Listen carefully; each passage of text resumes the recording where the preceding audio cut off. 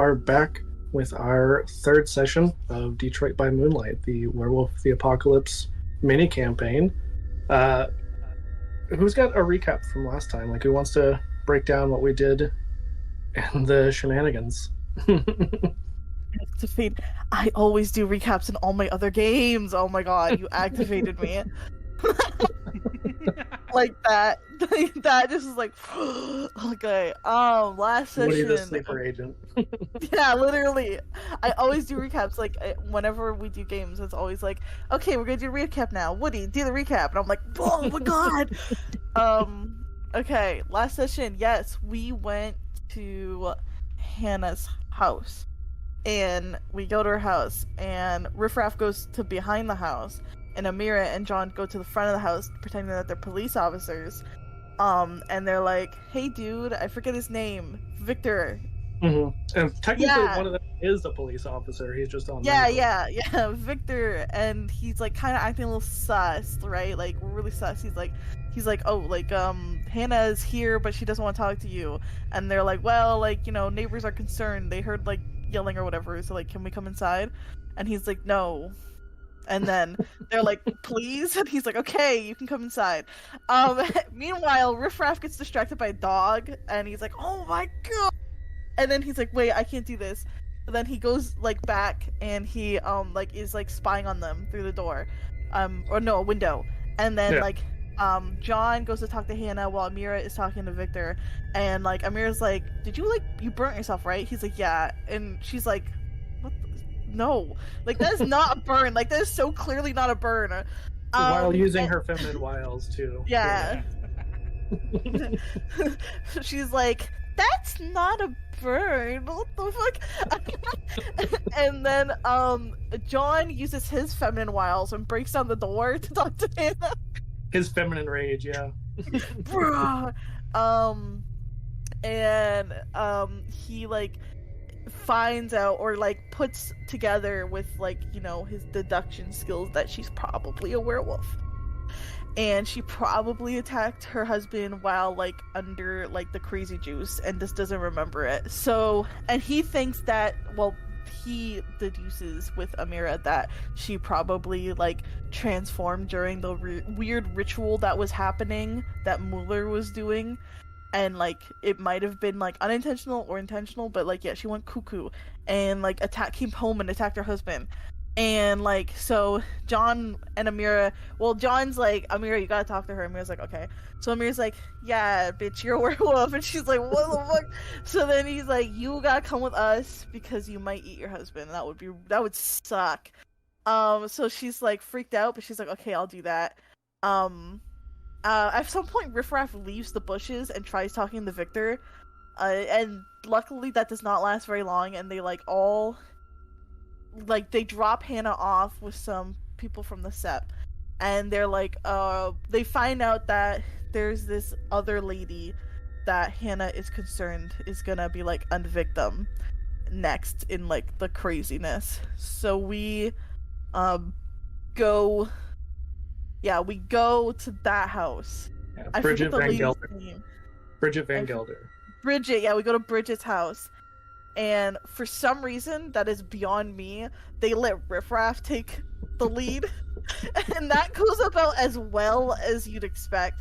So Riffraff and Amira go to the door, and John and Riffraff is like, hey, like, you know that Mueller dude? You're in danger. Like, and then like she starts freaking out, and he's like, no, like I just can't speak English, like it's not like danger, just no, danger. I'm like, danger, yeah, danger. And she's freaking out, and she's like, well, who the fuck are these people? And like Amira's just kind of staying there like, great. And then John starts like smelling some like weird shit, and he's like, what the hell? Literally, he smells the schweed. So he starts looking like around the house. Like he goes around and he sees like a window smash, and he like goes inside and he's like werewolfing out. And then we hear Bridget scream, and we're like, what the hell? And Amira's like, you gotta run. And then she like opens the door, she's like, bye bitch, and she runs. And then Amira's like, go to the car, and she's like, nah. She runs down the street. And then we look into the house, and there's I get man, I lose the dog in me, bro. I lose all my rage. And like I'm just there like a sad little boy, like a wet dog, doing nothing. Um yeah, and then this guy comes out and he's like Plants versus Zombies. He's like straight up plant. And John starts like absolutely chowing down on him. And Amira runs to get a gun, and then Riff Raff comes over and starts biting his legs, and it does nothing. And then John's like, bruh, like rips the guy's head off the moment Amira comes back with the gun. And then we're all just kind of standing there, and John's like, "Well, we gotta clean this shit up." So John starts cleaning up, like, and this guy's Mueller, so he's like picking up Mueller, and he's like, let's steal this lady's car. I don't want to put her in my car." And we're like, "We can't steal her car." So we put the guy in John's car, and then Riff Raff goes running trying to find Bridget because he's like, "Oh my god, this poor lady," but she's gone to the freaking neighbor. She's called the cops. So then they pick up Riff Raff, and we all go back to the Sept, like the most fucked up Scooby Gang. We just go back, and we get back to the Sept, and we're like, "Hi, Silver Teeth. That could have not have went worse." And we're like, "Yo, look at this cool body we have." And Silver Teeth is like, "Wow, you guys suck." And she like inspects the body, and oh yeah, we totally failed. Let's kill the spirit. John rolls like 3 times. Yeah, we can't. It like flies away back into space. And then we're like talking to Silverteeth, and we're like, "That's bad, right? Like the spirit getting away." And she's like, yeah, it is." So then we're like, what should we do next?" And it's like, well, you know, the cult is probably gonna do more like crazy shit, so we gotta figure that out. But like, you guys lived, I guess, and like with like minimal damage, so like congrats. And we're like, hell yeah, we suck. Like let's continue doing this mystery gang. And that is my recap. Yeah, so it was more of like Mueller was the head of this cult, and he did kind of kill off the main members. The biggest thing that like could be an ongoing problem is that Silverteeth told you that most likely Mueller was making what could only be described as a meat child, using the body parts of the people he killed in order to basically make himself a construct body, because he was possessed by the spirit of a powerful Bane. Well, not powerful, but decently powerful compared to what you guys are used to encountering. Yeah, and you guys did not find this meat child anywhere. So that is still out there in the world somewhere. I thought he was the meat child. Is he not the meat child? No. So that was one of the things that we kind of discussed at the very end, that, you know, somebody was like, well, was he using the body parts to like replace his own, or like add extra things to himself? Kind of Samisi style, if you were familiar with Vampire the Masquerade. But that was not the case. You guys did not find any of those body parts, and yeah, Silverteeth, being a little bit more experienced in the mystical, said that that's most likely what this Bane was trying to do, and then use Mueller's death to fuel its essentially transference into this meat child. Okay, so we gotta find the meat child at some point, maybe. Okay. We will find that meat child. Yeah, and on that note, again, just some trigger warnings that there's probably going to be some potential for violence, some body horror, some just dark, spooky shit.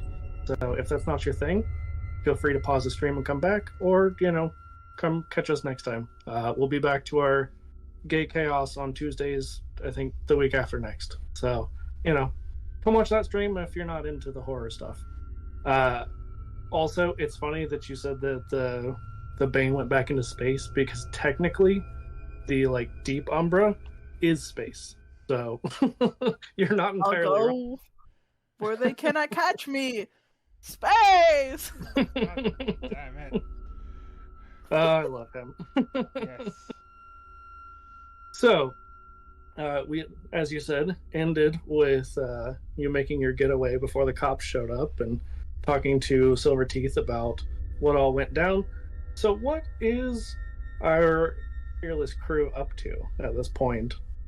John obviously is off doing his probably medical leave bullshit, seeing doctors to prove that he's, not ready to come back.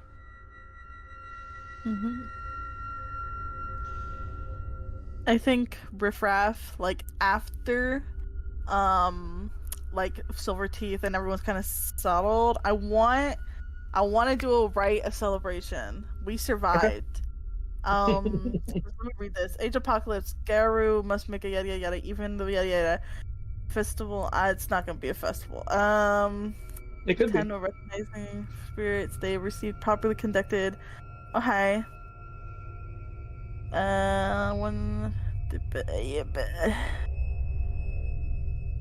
Only once per story. What? That's dumb. Wait, let me read. So, do you want to use this now, or do you want to? No, I didn't know it was only once per story. Okay, wait, I'll save it for when I'll shake my ass when we actually defeat the cult. Then, I thought I wanted to just do like a little cheers. But if it's a big thing, that I'm gonna leave it until we actually do something really big. So that was pretty cool. You did do something pretty big, but there's still other work to be done out there. Yeah, I'll save it. You know what? I'll save it for now. But okay. I will, go to Amira, and I'll be like, we did some pretty good work, I think. Yeah, I'm worried though. That Bane managed to vanish back into the Umbra.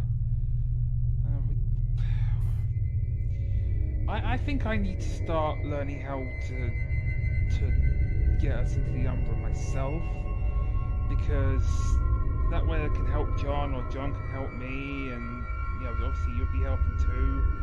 But we've been having trouble crossing the gauntlet, and it's just kind of getting. I don't want that. I don't want like a Bane or something escaping again if we have to chase it. So I'm probably. And I do think a reasonable explanation of that in world would be John is probably the newest or close to the newest guru in your pack. So he probably doesn't have a lot of experience. I mean, he even kind of made an offhanded joke about how he's only learned fairly recently about crossing into the Umbra. So maybe he was the one who kind of took that duty on, but now that he's getting a little bit of experience, and now that Amira is learning how to do that, maybe it'll be a little bit easier for our pack. Mm-hmm. I mean, Down is still learning, so he's has to figure it out. But I think that we won't let it escape again. At least I hope that we won't, because I don't want to go chasing it around the city. Yeah, and then there's what Silverteeth said about a meat child.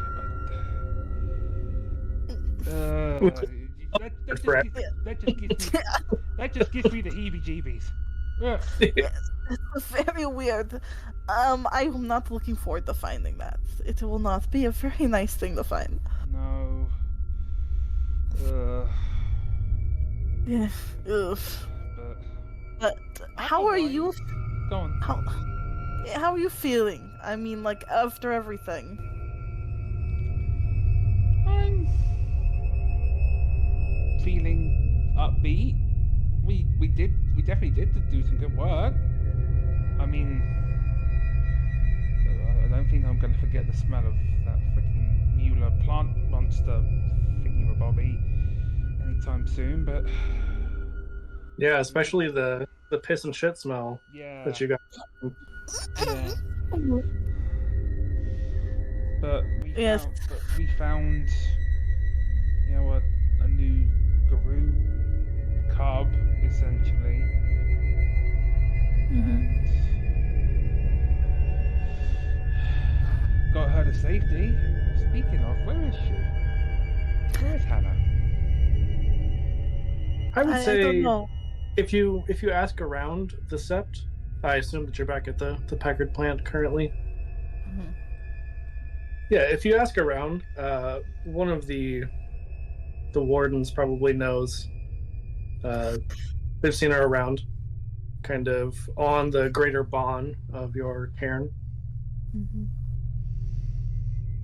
So yeah, I hope she's adjusting well. It can be. It was clearly a lot to take in, but Yeah. I mean, to be fair, John did kind of smash the door down.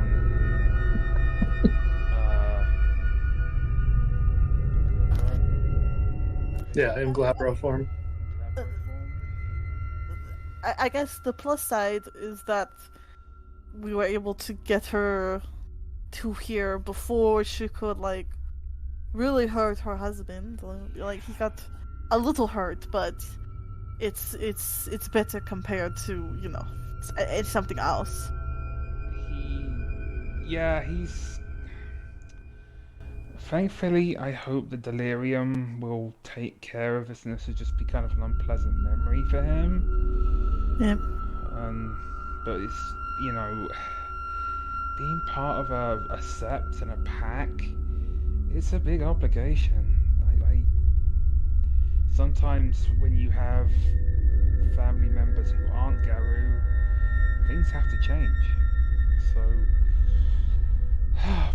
big changes for her. But Yes. Well, I just hope that they are able to work through it. Can't. we got the right people here for that. Yes. It's not easy to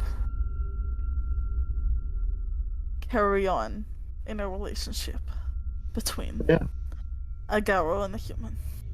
Yeah, I think all of our Garou would know that the kindred, the vampires, or whatever the Garou, probably don't have the nicest terms for them, since they are just essentially reanimated corpses. I know there's a term for them. I cannot remember. Yeah, I'm totally blanking on it now. Oh, leeches. That's what it is. Yeah. Yeah. Since they're bloodsuckers and really just parasites more than anything. Mm-hmm. So I mean, you all would probably at least somewhat know of the kindred, the vampires, and how they have what they call the masquerade. They're essentially veil of protection. The Garou are a little bit less strict about it. It's less like there's a big organization that's going to come down on you if you break the veil. It's just like kind of everybody keeps each other in line. Plus the delirium helps. But yeah, I mean, it's as you said, not the easiest to maintain that relationship. So it's kind of up in the air, what might happen between Victor excuse me, and Hannah. So are you trying to seek her out and talk to her? Yeah, I think Riffraff will. Okay. And what's Amira doing? Amira will go with, because she was the one who sat down with Hannah and explained everything, so she kind of but I definitely have a vested interest in how she's doing. Sure. I'll say, with a little bit of exploration, you find Riffraff, your friend Bambi, who is currently in Glabro form, seemingly doing some exercises with Hannah. Oh God! Oh, I'm gonna rush the dog out of me. He will stay in human form, but he's like resisting so hard. He's like, oh, they're having fun, and he'll watch, and he won't interrupt. He'll just wait for them to finish. What about Amira? Amira's gonna do the same, but she's keeping an eye on Riffraff because it looks like he's gonna jump in or he's gonna try and I don't know, do things with Bambi. I'm not sure. I'm not sure whether this is a get in and train or get in and try to. No, After what happened no, at the house. He's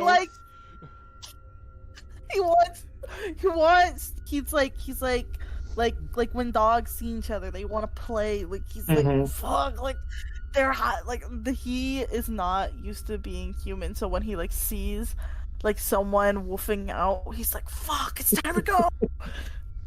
Yeah, and we'll say that currently Hannah is in the lupus form, so full on wolf, while Bambi is in Glabro, so kind of that hybrid, the classic universal wolf man almost, where you're a little bit more hairy. You've got the sort of wolf features, but not full on like werewolf, what you might imagine typically.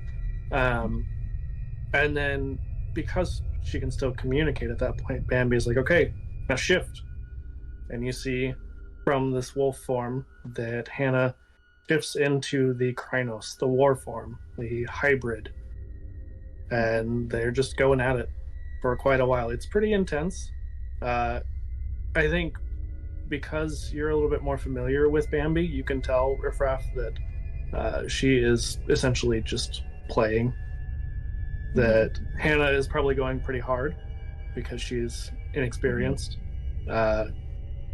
And kind of that typical teaching that animals do, where it's like, well, I'm gonna let this pup, win, so that they think that they're, tough and whatnot, and give them some confidence in themselves. And as they finish their exercises, and Hannah shifts back to human, Hannah is just drenched in sweat and breathing heavy, and Bambi is just totally relaxed, barely even broke a sweat. Yeah. Riffraff will like walk over when they're done, and he'll be like, "That was really good, Hannah. You did really good." Thanks. That was exhausting.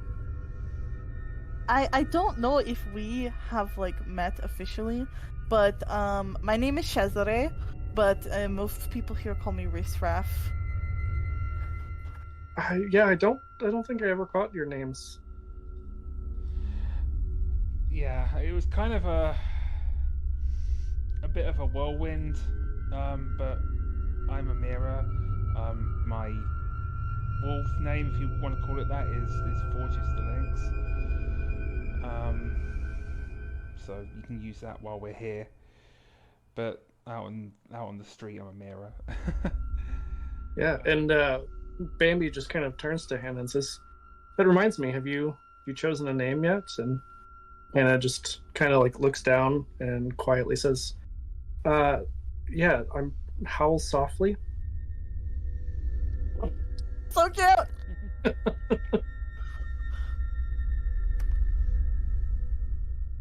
So, did you have something you wanted to ask her? Riffraff looks like a proud dad. He's like, well, he'll check up on her and be like, "How are you feeling? Feeling from being here and everything?" Here, it's still strange. I don't know. I feel like I'm at home. Like this is where I'm meant to be, but it's still hard to wrap my mind around the fact that I am. I don't even know. It feels weird to say. It feels wrong, but a werewolf. Feels crazy. It's definitely weird. I am a different case because I was lupus born, meaning that I was actually born a wolf, and then I turned into a human. So like opposite of werewolf, I became human. So it is weird. It is definitely a weird change to go through. But a lot of Garo find peace coming to a place like a sept because it's where they can be with other people who understand what they are going through. Have you? You don't have to answer if it's too personal, but have you thought a little bit about how you will manage this and also Victor. No, not really. Obviously I love my husband, but I don't know that I can keep this secret from him. And I know that I probably can't tell him because that puts him at risk. Oh, if I was like, I want to share my trauma, but it hurts. Can I like roll something to hurt? Composure? Yeah. Roll me composure plus,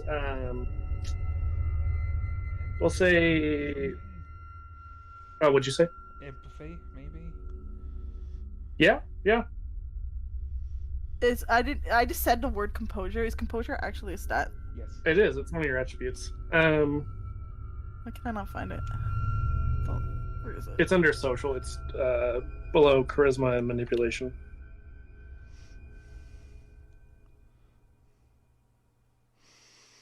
Okay. Composure and then empathy. All right, thank you. Sorry, I could not find it. I'm still trying to learn this sheet. That's okay. Composure. Also, I'm not seeing empathy, but maybe a insight. Okay. I only have one.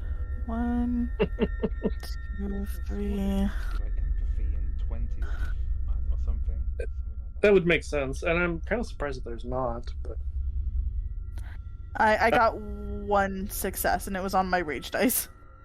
well, that's good. That's good. Yeah, and I would say that you're both probably at 2 rage currently, just because it's been some time. Okay.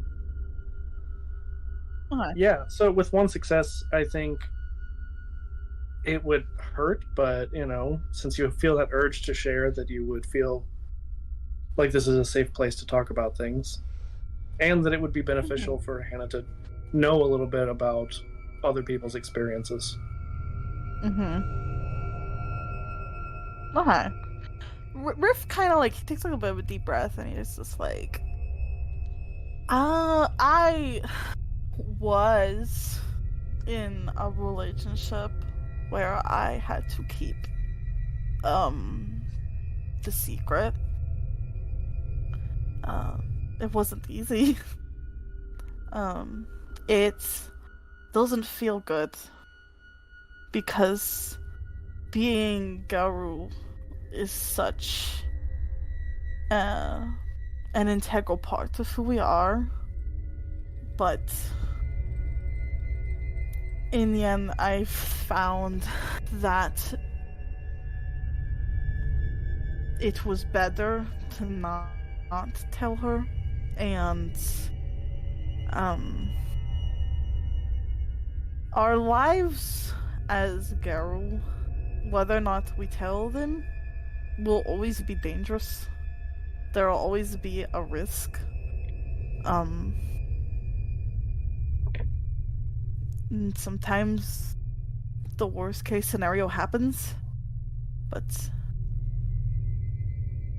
I think that if you love Victor, and if you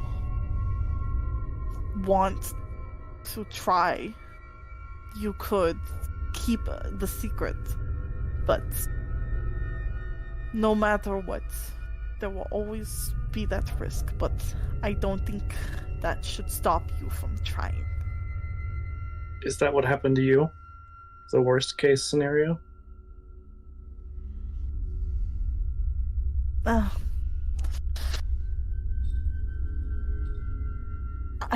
It wasn't me, if that is too vague.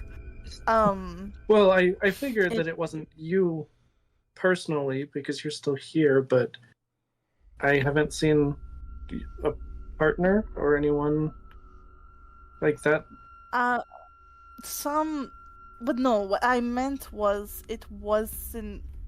Sometimes one of the risk is what I'm trying to say is that, you may hurt your partner. I did not.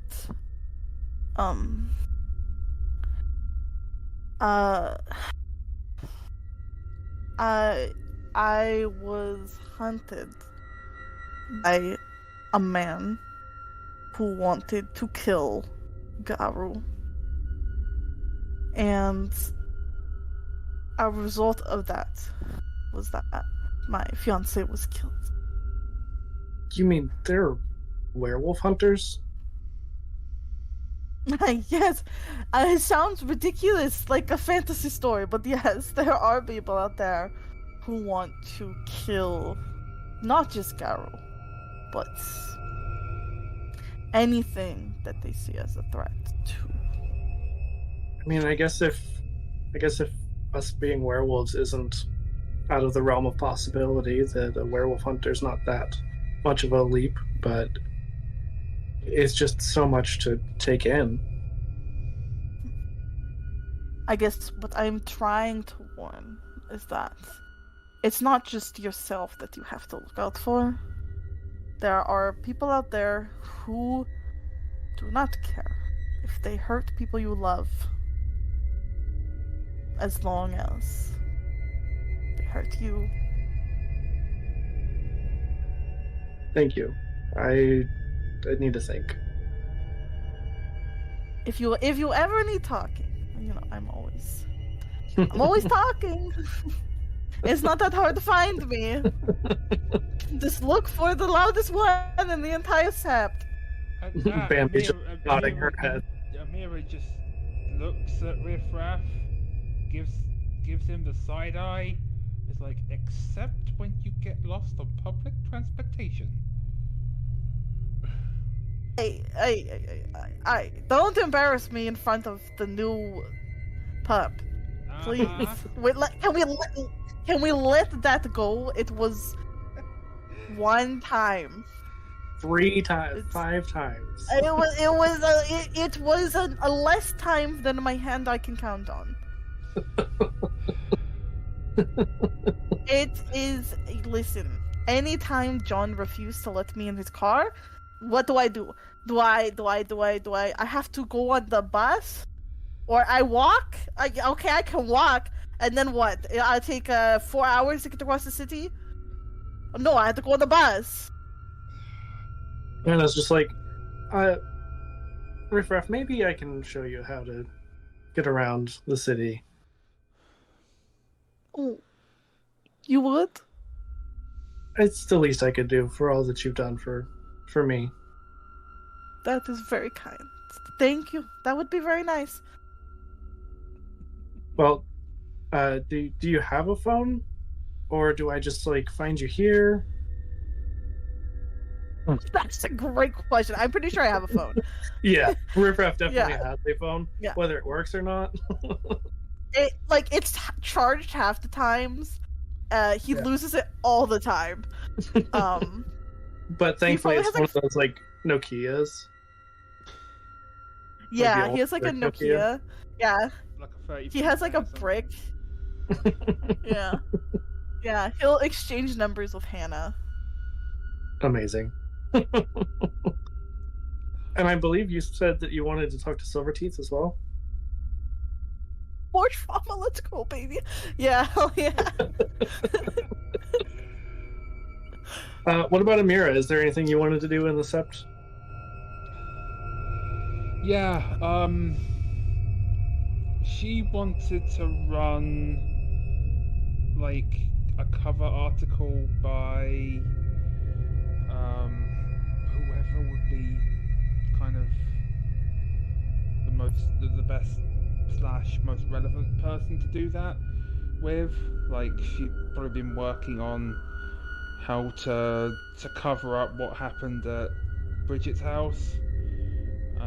Yeah, I think you would probably guess either Silverteeth, since she is the Sept leader, or the Truth Catcher, a Silverfang Philodox named Swift. Truth Catchers, being kind of like the judge, the arbiter. I mean, it may not be the necessarily first choice for this, but it's not a bad choice either. We're gonna go see Silverteeth anyway, so we'll go with that, I think. Okay. Kill two birds with one stone. And you would know that while Silverteeth is a Theurge, so a little bit more of the mystical side of things, she is a glasswalker, so technology is kind of her thing.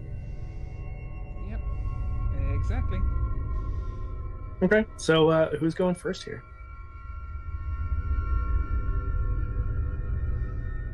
Amir can go first because I always talked a lot, and also I think Riffraff would hang back to talk with Bambi and for a little bit. That tracks. Well, so Amira kind of goes to find Silverteeth and flags her down and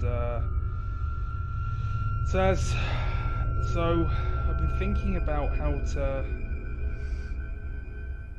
kind of do one of my journalistic exposés, and she does it in inverted quotes, to kind of explain to the mortals what's been going on, what happened with Bridget's house, with Mueller and everything, because yeah, it could have kind of gone a little better with, you know, not showing forms and such. I mean, Delirium takes care of a lot, true, but she managed to run across to the neighbours and call the cops. So, I'm trying to think how to, I guess, sanitize what happened a little bit, and then put it up on the blog, just so that not to like get any, you know, fame or anything out of it, but to kind of keep things on the down low and just kind of have like a human edge or explanation to the things we've been doing. Of course, you know, we want to keep the veil. And she just says, I think probably the simpler the explanation, the better. I'm not sure what would tie everything together. Maybe you could say it's like gang activity. Yeah, Mueller. Do we even mention Mueller? Because he had friends in. Well, I say friends, but he had political aspirations. People would have known him. If I mention his name, it might cause a stir. Yeah, you know, since he wasn't really a high-level politician, maybe he's not as much of a threat as he seems. Maybe we can just leave his name out of it. Yeah. Or maybe he was just one of the unfortunate victims of this gang activity. Bingo. That actually works even better. Yeah, caught in the crossfire. Yeah, he got caught in the crossfire. And let's say there was a drive-by or something outside Bridget's house. You know, or maybe that was some sort of like mistaken identity, accidental break-in because they thought that she was related to one of their rivals or something. Yeah, that could work. And he got caught in the crossfire when he went to visit her. And yeah, I can see it coming together. I'll get to work on that. There are a couple of loose ends though, which we sort of discussed when we came back. The first is the Bane managed to escape. And the meat child. And then there's the meat child. And yes. I obviously now I've been training in how to cross the Umbra to be able to help John, or John help me, either, you know, whichever way. With the rite of shadow passage, but I've got a feeling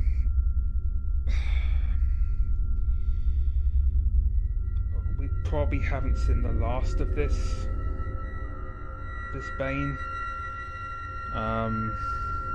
When he dispersed, he did sound kind of violent and seemed like he was threatening revenge. That does sound about right for the type of bane from what you described. So, probably need to be on guard for the bane possessing someone else. Worse, possessing me, child. I fear that's very likely. If not already, then it's only a matter of time. The Bane only needs to possess someone else and resume the killings that Mueller started. Well, this time we should be able to cross the Umbra and deal with it, and be able to chase it and deal with it. I hope. That might not be a bad place to start, actually. Yeah, we could try and cross over and track it down.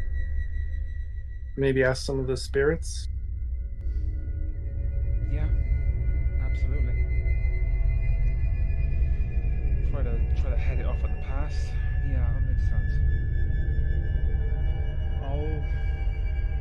I'll get to work on this article, and then I'll get with Raph. I'm probably gonna need John. John's dealing with medical things. I don't know how long we can delay.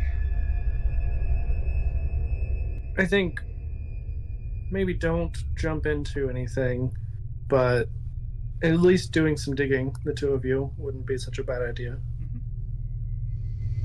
Yeah, digging's what I do best. Well, at least the human sense. She shakes her head for a second, forgetting that she probably also literally dig in lupus form.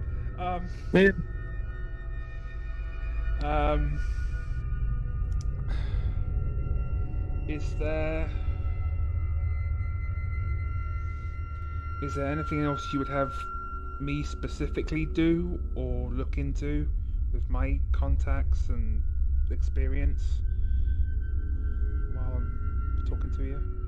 Well, since you mentioned it, I'm sure you know the cairn used to belong to the cult of Fenris several years ago before it died off.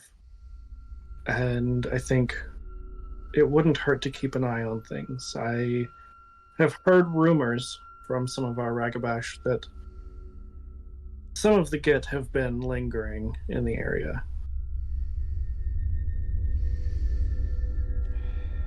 Yeah, that could be a problem. I mean, just considering it's the Git.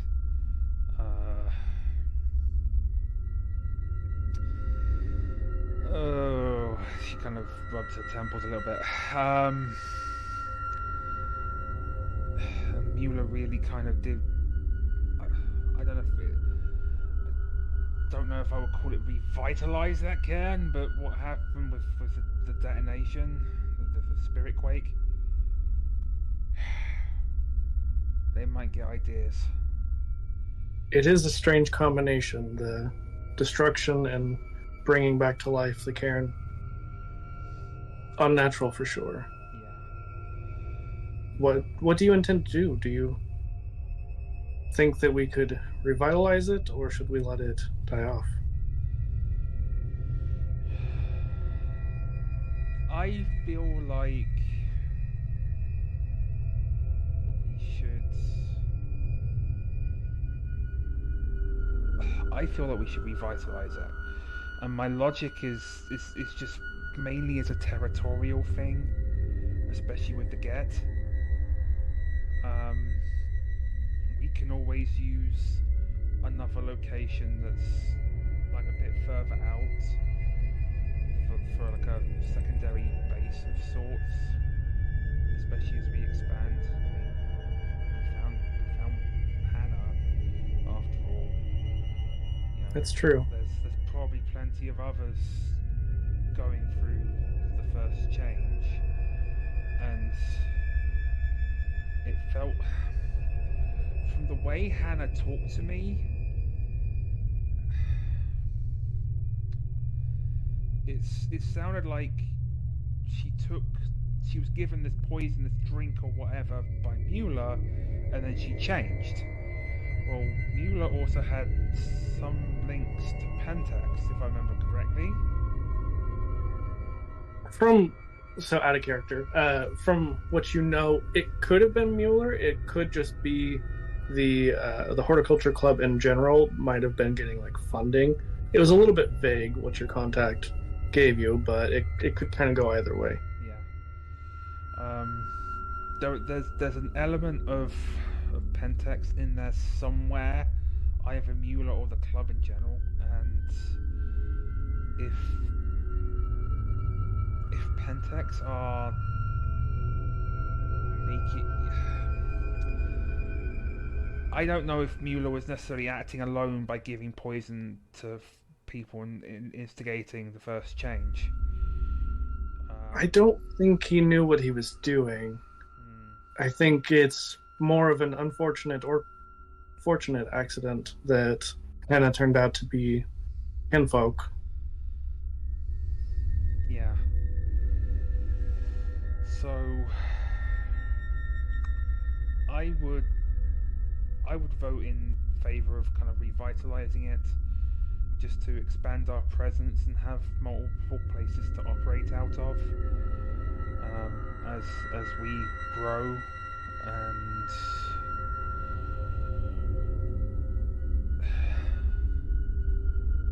the question then is dealing with the Get, because they're not going to be happy that we're on their territory and converting it to our use. It's going to start a fight. I think similarly you could say the same about Pentex, that if they are involved in any way, us revitalizing this cairn and having a presence is going to cause problems. I think it would not be a surprise if we started seeing hunters in the area again.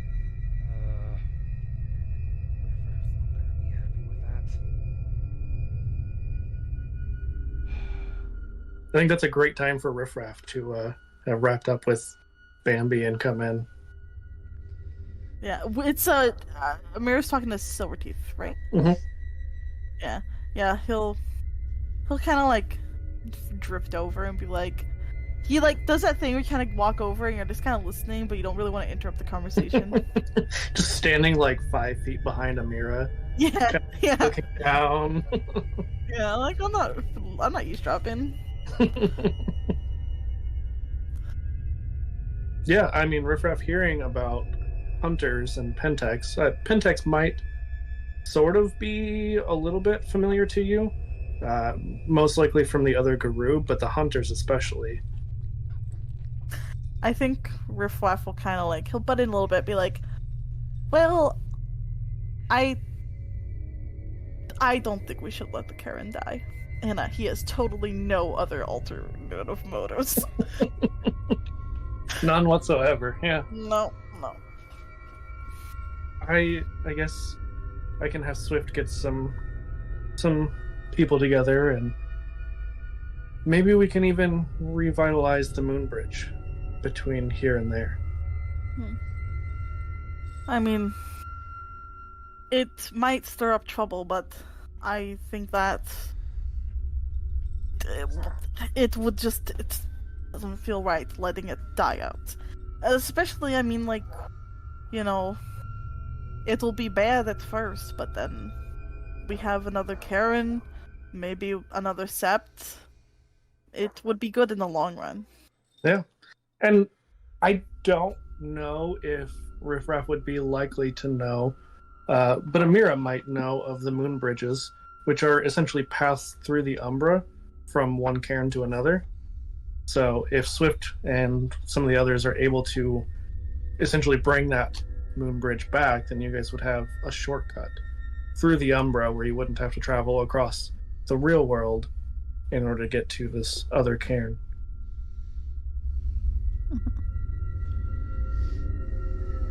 Yeah. I think in the long run it'd be good. I think you're right. I think that's a good idea. And I think Amira, be careful, but this Pentex angle and anything to do with the cult of Fenris is worth looking into, but keep your head down. Even though their numbers seem to have dwindled, I don't know what happened.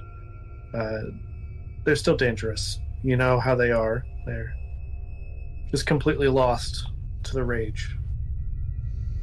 Yeah, exactly.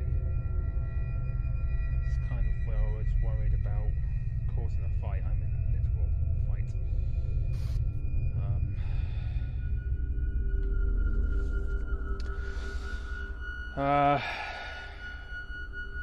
But we can start looking into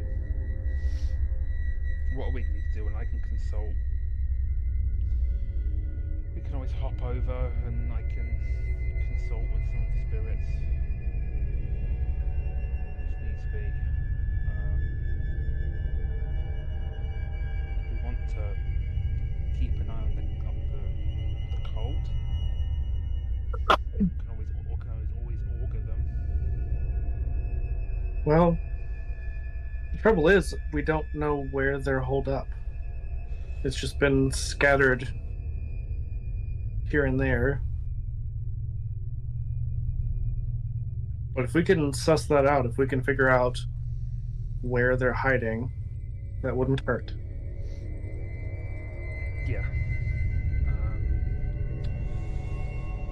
That's doable.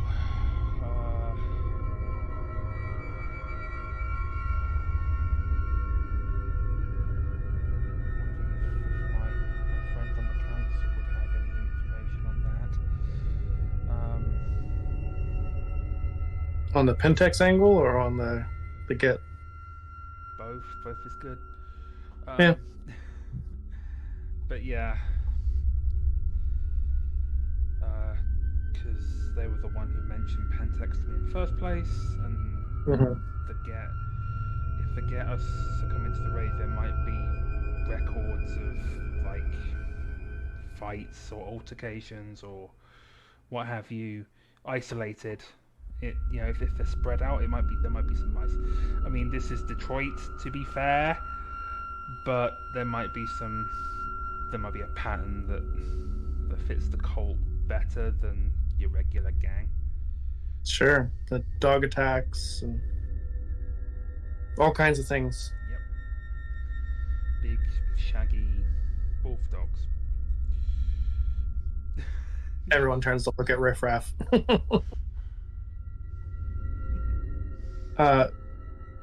Did you have something? Oh, I don't want to interrupt. I just wanted to talk to you alone, but I don't want to interrupt. I think, Amira, would you give us the room? I think. Oh yeah, I'll go work on the article. Yeah, I'll go. Yeah. I'll go work on the article and cover up. You know, just kind of gloss over what happened with Mueller, so the normals don't suspect a thing. She winks and she heads out. Yeah, I think our business here is concluded, but Riff Raff, if you'll follow me, we can talk in private. Yeah, he'll follow her. Okay. Yeah, and she leads you kind of to her quarters. Says, what was it you needed to talk about? There was something that happened when we were confronting Mueller, or when we were going to confront Mueller. There was a woman, Bridget. She's human. And when she saw Mueller, she screamed, and I had tried to shift into a Krynos so that I could get the door open or just do something to help. But I just froze up. I couldn't do anything. I just went down into a lupus and just couldn't do anything. I see. You lost the wolf. It happens to the best of us. Yes.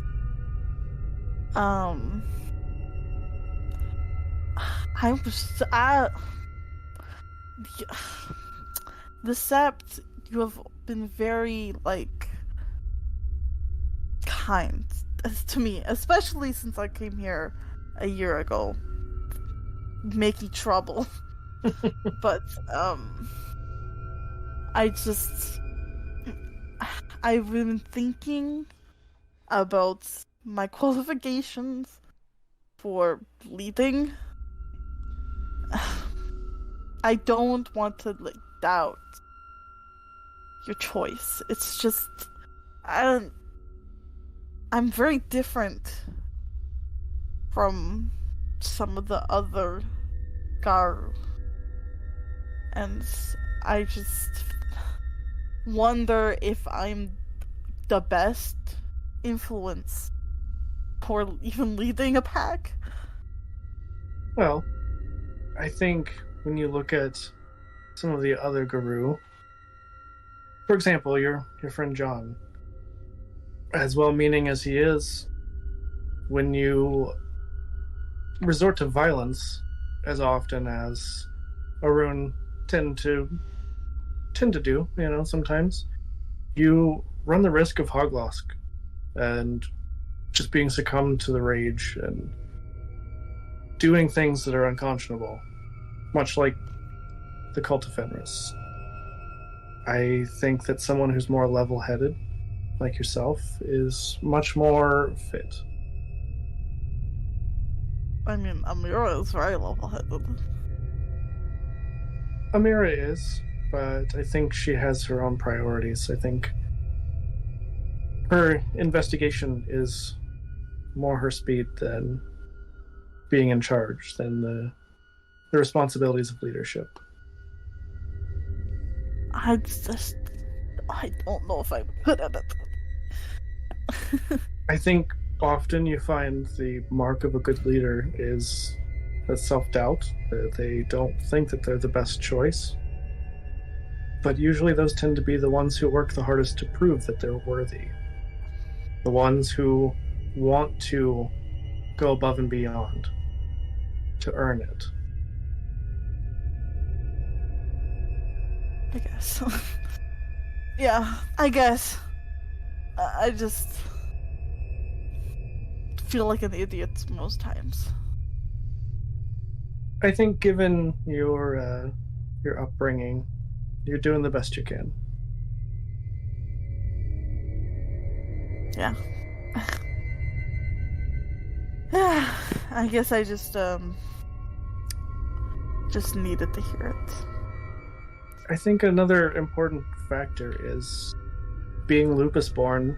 You bring a totally different perspective than many of us have.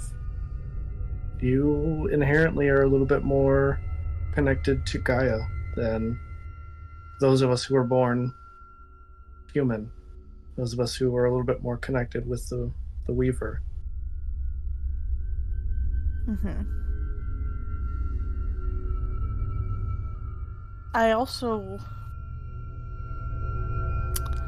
the investigation has had me thinking again about what I'm doing here and why I came here. And when you mentioned the Karen, how it could bring hunters out, I mean, that could be a lead. I know I don't want to bring trouble to the Sept, but I need to do this. I don't think you're bringing trouble. I think that Pentex seeks out trouble. And us, wherever we are. And she just says, I know you've heard us talk about Pentex, but do you know much about them other than the vague kind of discussions that we've had? being in the city for a little bit, I know generally what they are and what they do. So you know that they are That's servants. not. They're servants of the worm, Yes. and their upper management are largely Fomori, much like your Mueller was, where they've been possessed by these banes and made into something other. And Pentex actively seeks to destroy Gaia and harm all of us because they know that as children of Gaia, we are her warriors, her protectors. So I think that just our existence puts us at risk. I know, but I don't want to bring unwanted attention to the Sept with what I am going to do. I think, as I said, you're level-headed. I think that you will do the right thing. And she just puts her hand on your shoulder, kind of squeezes, not hard, but firmly, just in a supportive gesture, and says, I know that you'll do the right thing. I have faith in you, and I know that you'll serve Gaia.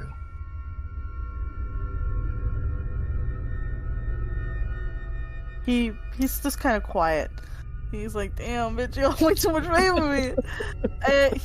He nods, and then he's like, can I have a hug? And she just doesn't say anything and hugs you. Yeah, he'll hug her back. He's like, he has a few tears, but he's like trying to hide it. He's like, fuck, I'm not crying. But like, he has a few tears, and he's like, thank you. Thank you. I should go see what Amira is up to, and then we can take our next steps for the Karen. It sounds like a good plan. Yeah. Well, I'll keep you updated. Have faith, Riff Raff. It will all work out. Right. That's me. And he'll kind of like skip off a little bit. Going from crying to skipping. He's like, smile through the pain, besties. Where do we find Amira? Amira is likely sitting with some of the others from the set in the plant with a laptop on her lap, just kind of sitting cross-legged. Probably because this is an abandoned plant, it's not going to have a Wi-Fi signal, so she's probably using a phone as a. I think that likely some of the other glasswalkers would have set up at least a hotspot. Yeah, she's tapped into the Cairn hotspot. I'm now wondering what the SSID and the password would be for it, but it's definitely a hidden network that they, the Sept IT department has like got all this stuff, so you can't easily find it. If you're not set up to detect it, then you won't be able to even get connected or anything. Yeah, I had to hand my laptop over to them to weaverize it. Yeah. I think it says like subway free Wi-Fi. Yeah. And she's working on the article while she's kind of bouncing word choice and stuff off some of the others who may or may not be interested. Yeah, I think there's likely, at least another. Well, I say another. You're not a glasswalker, but there's at least one glasswalker there who would probably also be on their laptop. I'm assuming they're just, playing WoW or something while you're having this discussion.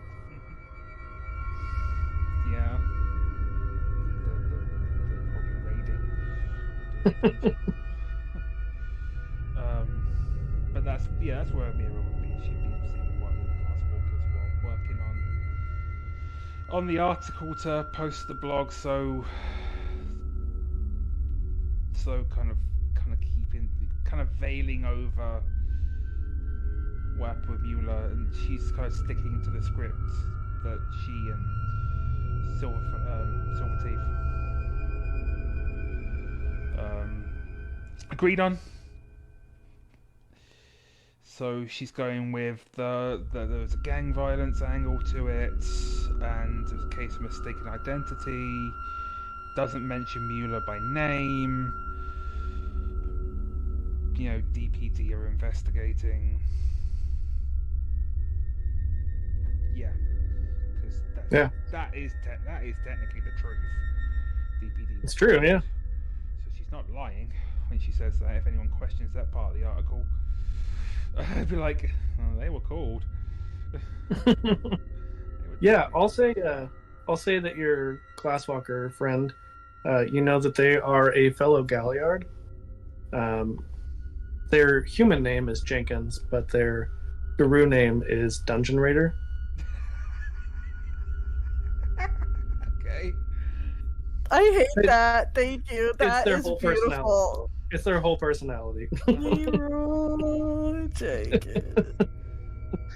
That is like an ancient meme. Holy crap. You're welcome. At one point she asked, how's your Mythic Plus run going? They're just like, I don't want to talk about it right now. Got a shit group? I mean, the hours here are ridiculous, so yes. Can you tell I've played WoW and I know a lot? I know enough about it to be able to disperse it. That's okay. There's no judgment here. No, I'm a Final Fantasy 14 addict. We all know that. There's a reason I That's run... totally new to me. Totally yeah, news to me. Yeah, there's a reason I run a freaking Final Fantasy 14 based game on Thursdays. Gosh. But yeah, that if Riff Raff is looking for a mirror, that's where she is. Okay. Chatting away with Jenkins. Yeah, Riff Raff has not picked up on that at all.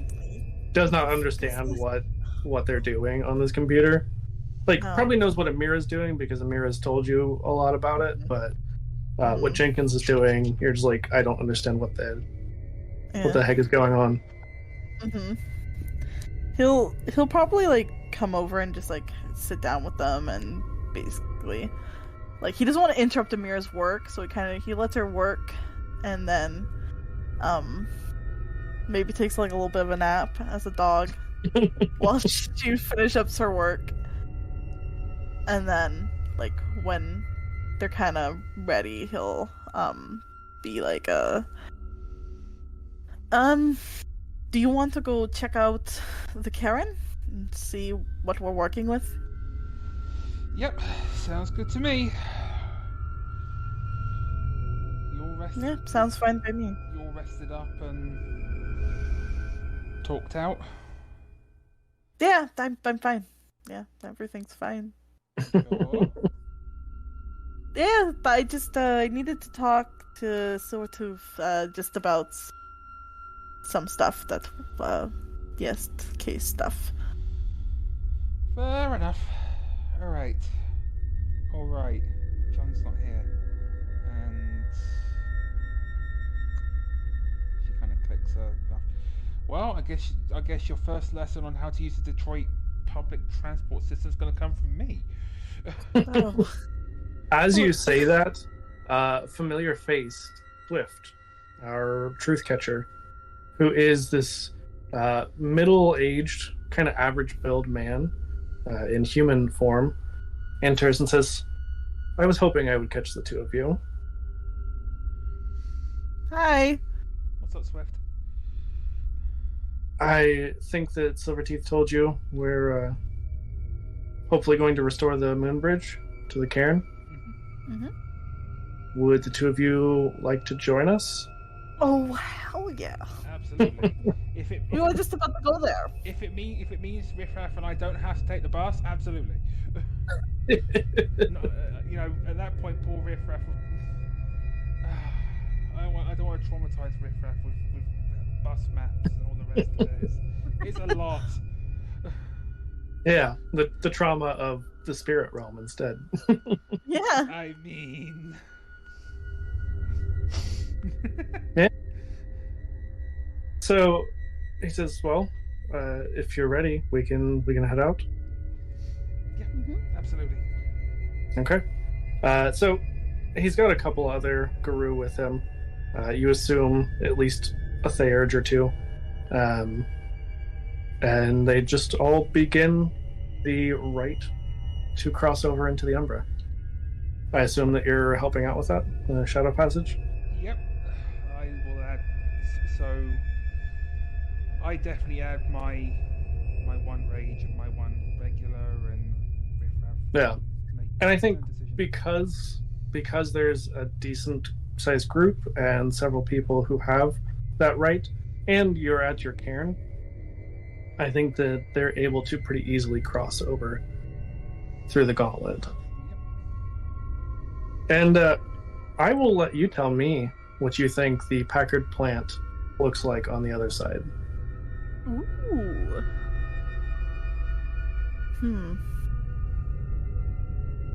I imagine like I don't know.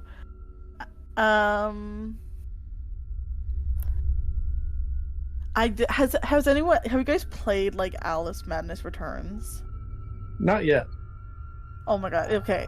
There's this like place you visit there. I think it's like the Mad Hatter's area, where it's like all like industrial, but also like, yeah, I like imagine like this kind of like industrialized hell, but like it's like plants are like kind of holding everything in place.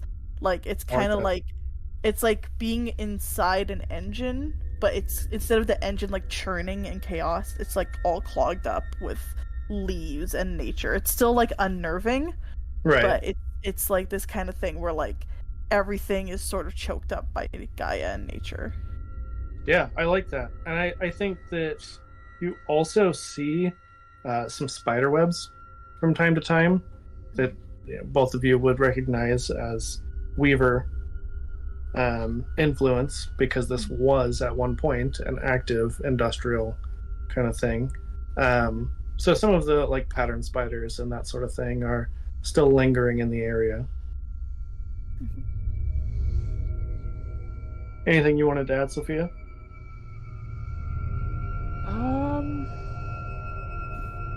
Not that I can think of. I mean,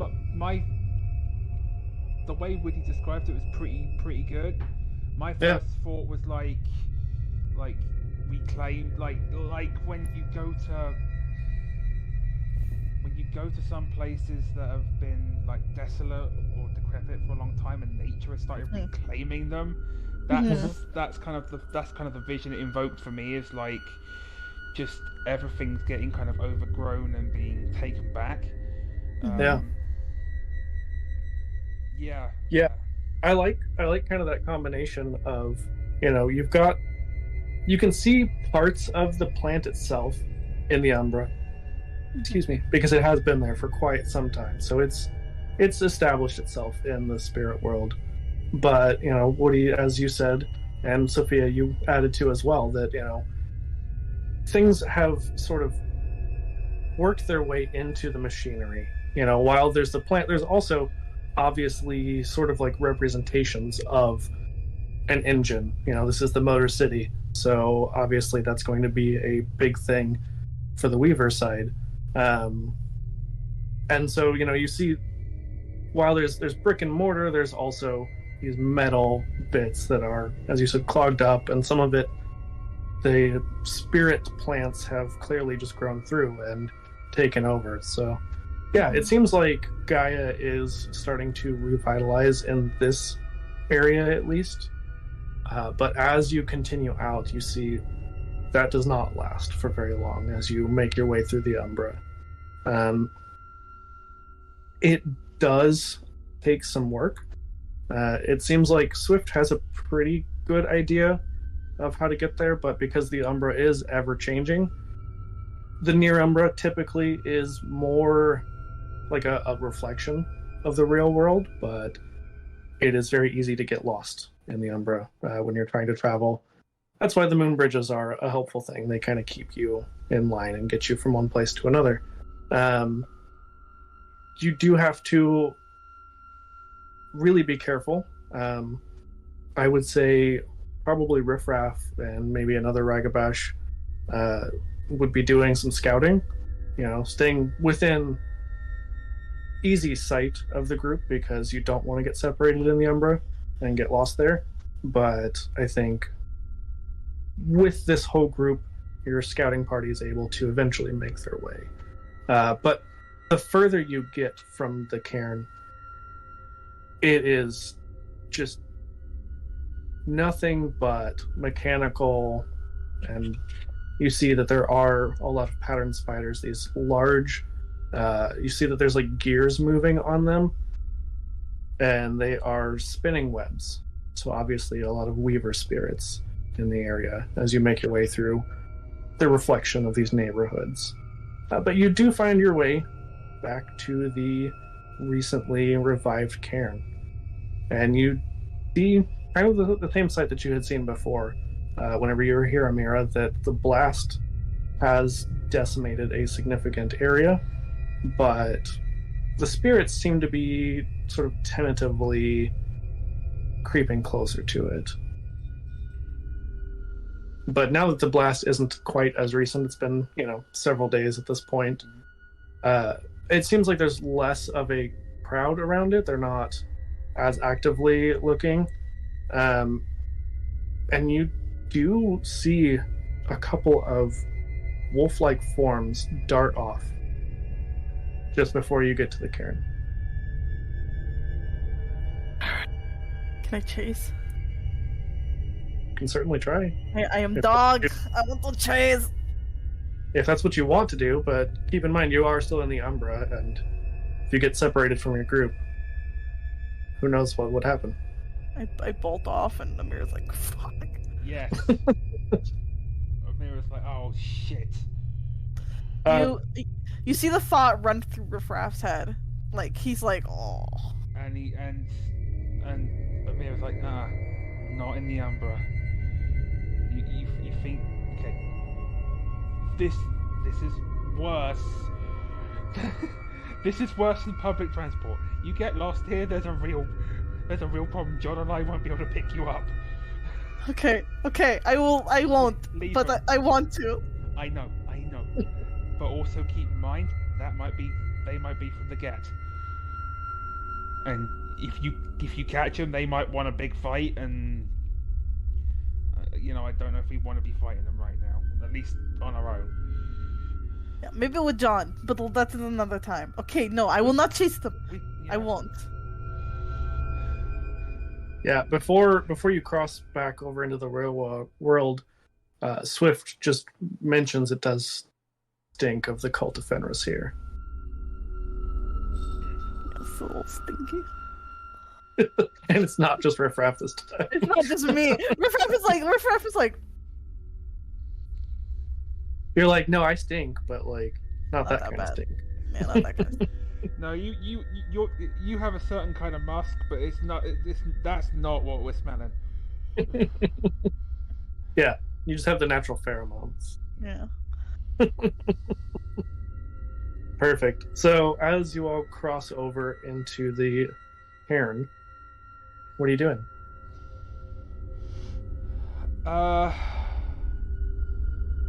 Amira is kind of looking out for the spirits, and her diplomacy bardy kind of brain is kicking in. It's like, okay, we're dealing with spirits here. This is not like dealing with humans. They have specific customs and ways to respect them. Okay, what kinds of spirits am I dealing with, and how best to respect them to get them to aid us, or at the very least not interfere. Yeah. So are you using your penumbral sense to kind of look for them, or are you staying in the Umbra?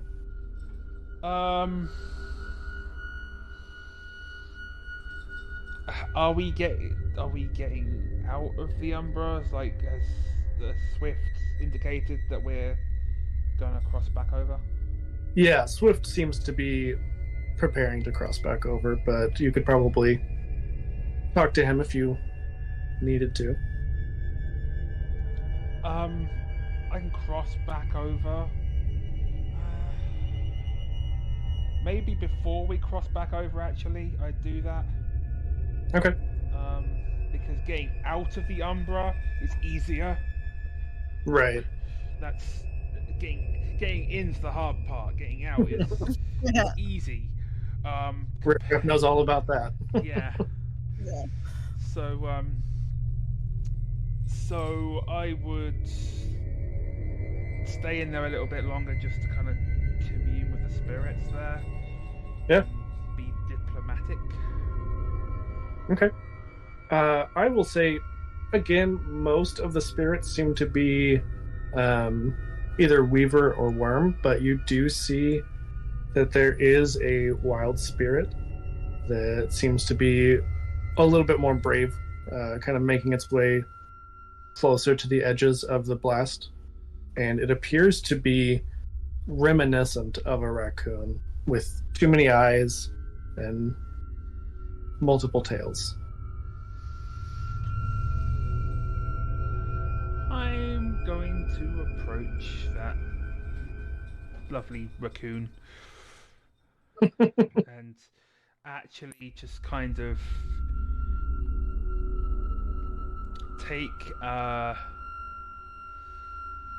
kind of get on my knees and just kind of bow my head in respect. And it initially, as you approach, kind of bares its teeth, and as you show it respect, it just nods its head.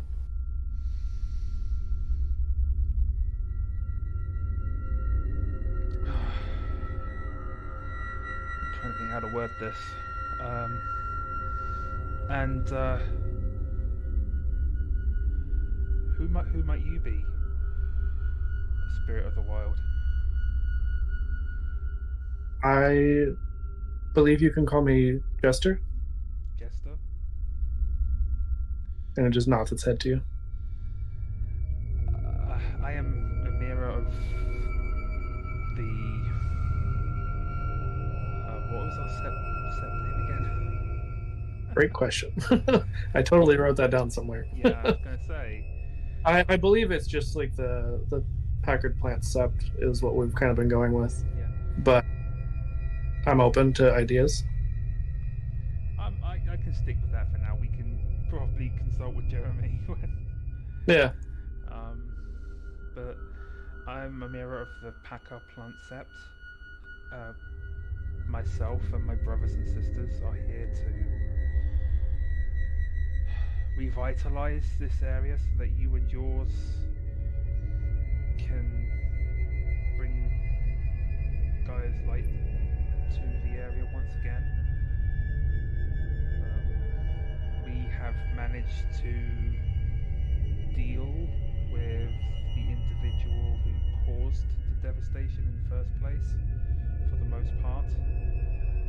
So, but I will give you fair warning that there is still the bane that was inhabiting him is still loose. But we are here to revitalize and to establish a moon bridge back to our home cairn. Well, we know, Child of Gaia, that the Bane is still in the area. Its stink is all over.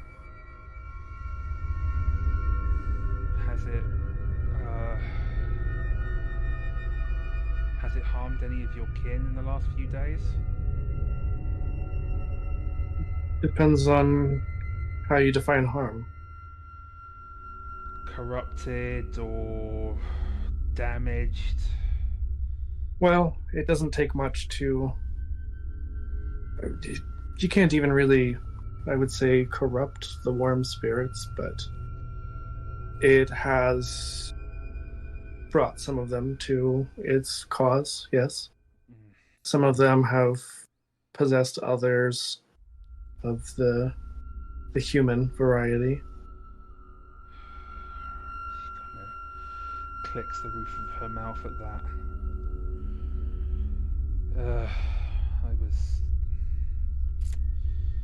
I had a bad feeling about that.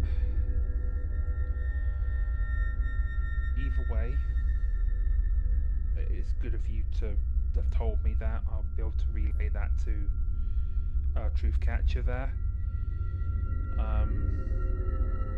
May we have your permission to begin revitalizing the cairn? We don't want to intrude longer than is necessary upon your sacred ground. I would love if the proper children of Gaia, not those perverted wolves, were to take care of this cairn. Well, thankfully we're not the perverted kind of wolves, and I know exactly who you're talking about, and I completely agree with you. Yes, and they've been here frequently, so be wary. We will be. Thank you, Jester. And she kind of bows her head again. And she tells you to give her, not blessing, I guess, just give her regards to the matriarch when you return to your sept. I absolutely will. Which you would know to be the spirit of the Packard plants, Karen. Mira would nod with a smile and would make preparations to cross back over to join the others. Absolutely. And because we're not under any pressure or anything, I'll say that you're able to cross over pretty easily. She probably would then, for also just then activate penumbral senses on the grounds of, based on what Jess was saying, to keep an eye out. Just absolutely. Just so I can see. I might not be able to hear or interact, but I can at least see. Right. So I will take a test for that. Good thing I improved my intelligence. My wisdom. That's 7.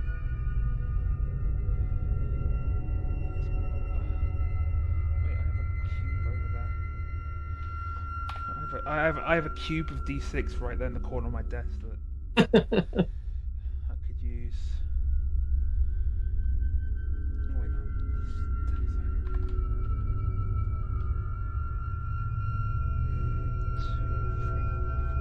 4, 5, 6 out of 7. So yeah, that's 6 successes. Yeah. Yeah, you can see quite a bit. Yeah. It's almost like, whenever you've got like in video games where you've got the heads-up display, yeah, you can almost see perfectly overlaid the real world and the penumbral sense at the same time. And once she's established that, she'll go to Swift and say, I've communed with one of the local wild spirits by the name of Jester. And she, right? Oh, Jester? Yeah. They didn't identify. Okay. So, they mentioned they've seen the perverted wolves hanging around here, but and that some of the worm spirits have possessed other humans. But the bane that we didn't manage to hunt down is also maybe in the area. So we need to be on guard, probably more than usual. We've got at least 2, maybe 3 different kinds of threats that might mess with us right now. I think that's a good idea. I appreciate your warning.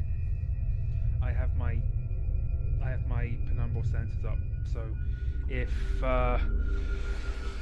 if anything happens on the other side, I'll know. I won't be able to. Obviously, I can't hear, but I can see, and I can at least relay that to the rest of you if I see, the cult coming through the Umbra or the worm spirits coming or anything, or how well the restoration work is going. There's also that. Right. So, as we have made our way to the new cairn, or the newly revived cairn, what are you all up to at this point?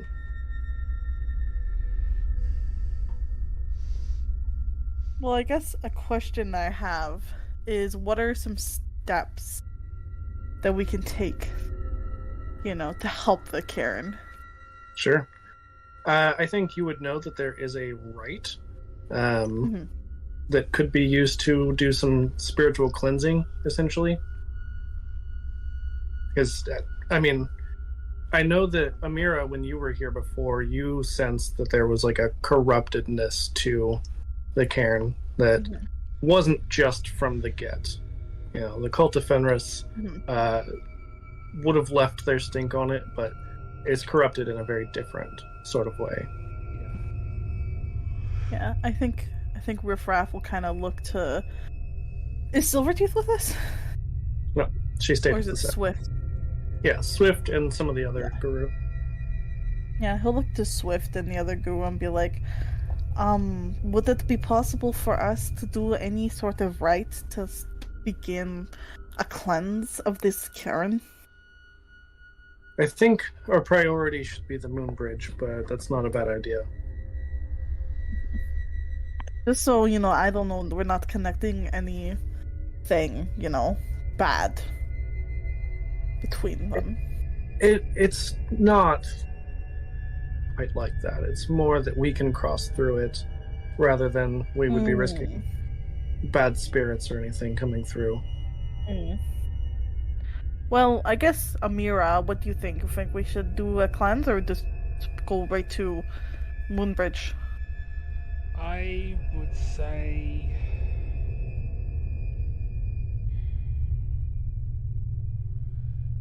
we should.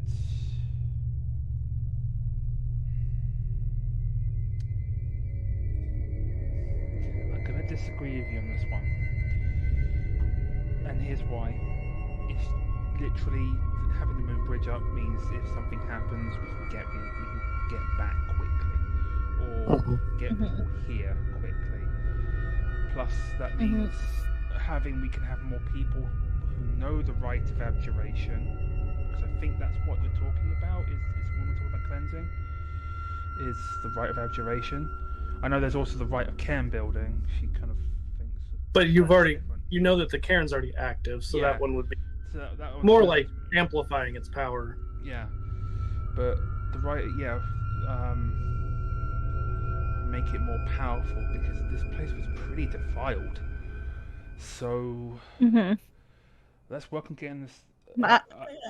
Let's work on getting the moon bridge up first with the others, and then we can get back up in. Especially with what I've heard from the wild spirits regarding the gets of the cult, and the worm and that bane. So I think we might be pressed for time. Yeah, let's get the moon bridge, and then let's get it started. But don't get me wrong. I'm all for cleansing this place. Let's just make sure we have a good way of getting out of here if shit hits the fan. let's get the gang all here first. Yeah. Yeah. So it's just like that's the plan. And he says, I think that we've got this covered. If the two of you want to maybe recover some of the cult items that they left behind, since you guys would have mentioned that they had left the spear points, the crystal spear points, and things like that. And we can start searching around for that. that Amira kind of tilts her head and says, "Come with me. I'll show you where they are. Show you where John and I found them before." Follow. Yeah, he'll come follow you definitely. Are you two staying in human form whenever you do that? How humanly active is this area? So, first of all, it is nighttime. Most things that we do are probably going to be night or evening unless otherwise specified. But because this is essentially a city block that is just park, they're working on turning into park.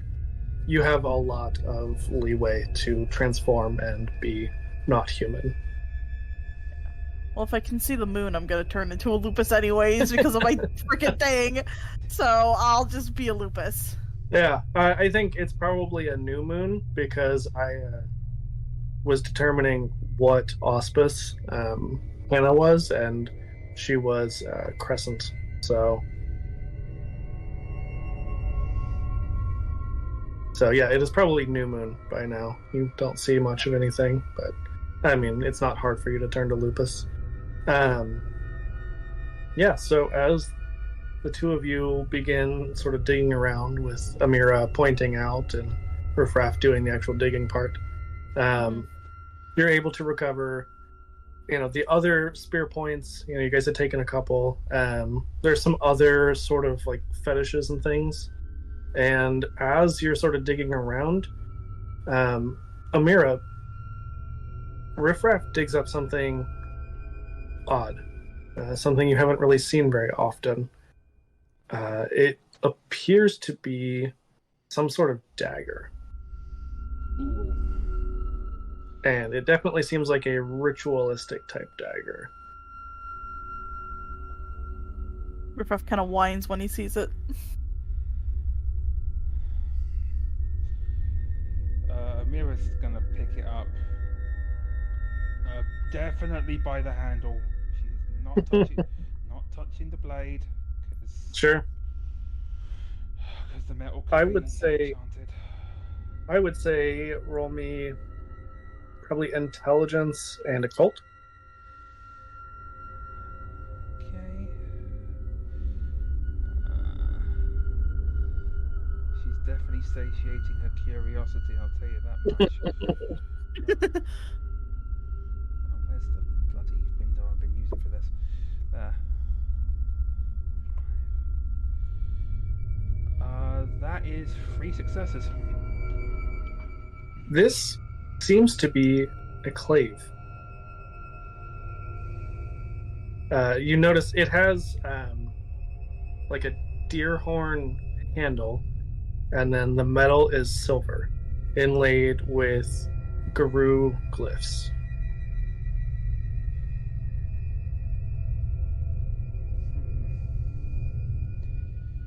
And so for people who are watching, and for Woody, I assume you're probably not super familiar with a clave, because it is a thing for this game. It is a ritual weapon that Guru can use in most of their forms. The Hamid, the Glabro, and the Krynos. And it is because werewolves typically are susceptible to silver. It being made of silver is a pretty notable thing. They do that because they're often used in like physical challenges between two Guru and that sort of thing. Mm-hmm. So it's pretty significant find. Can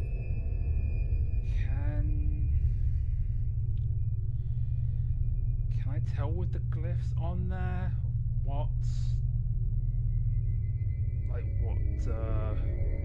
gift or what have you has been enchanted onto this blade? You don't think that it was necessarily any particular gift. It seems like it is more that it's just a clave in general. It seems like this is maybe a pretty basic one, but it's still not a super common find. They're not as frequently found as they used to be. She nods. There we go. I was looking for the talisman section in the book. So reinforced silver dagger. Okay, and it's got a deer horn handle. Yep.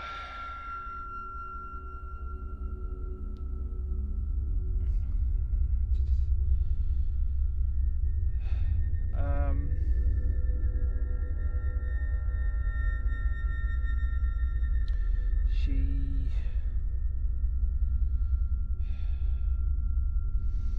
kind of turns her nose up a bit because it is a clave. And it's silver. Right.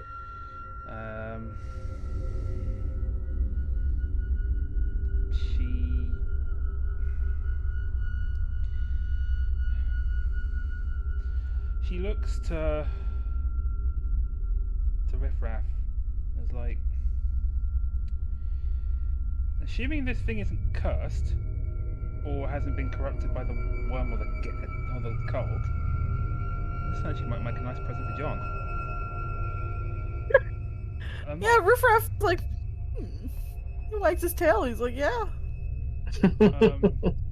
Well, so he's the more fighty out of the three of us. this would help him fight.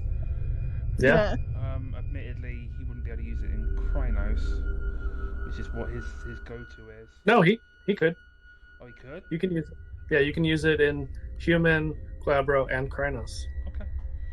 Yeah. What I'm reading is saying it can only use Hobbit or Glabro, but That's weird. You're the GM. You say Krynos, then Krynos is exactly. Fine. You do notice as you're kind of inspecting it that some of the glyphs on there is a Guru Nation glyph, which is something that you probably wouldn't be horribly familiar with since you are newer, but you've at least heard of the Guru Nation. You know that it collapsed at some point in the past. You're not entirely sure when. You see another glyph that you recognize as Story, which for those of you watching the stream, it's the little symbol by my storyteller name. And let's see. Yeah, you also see the symbol for wilderness.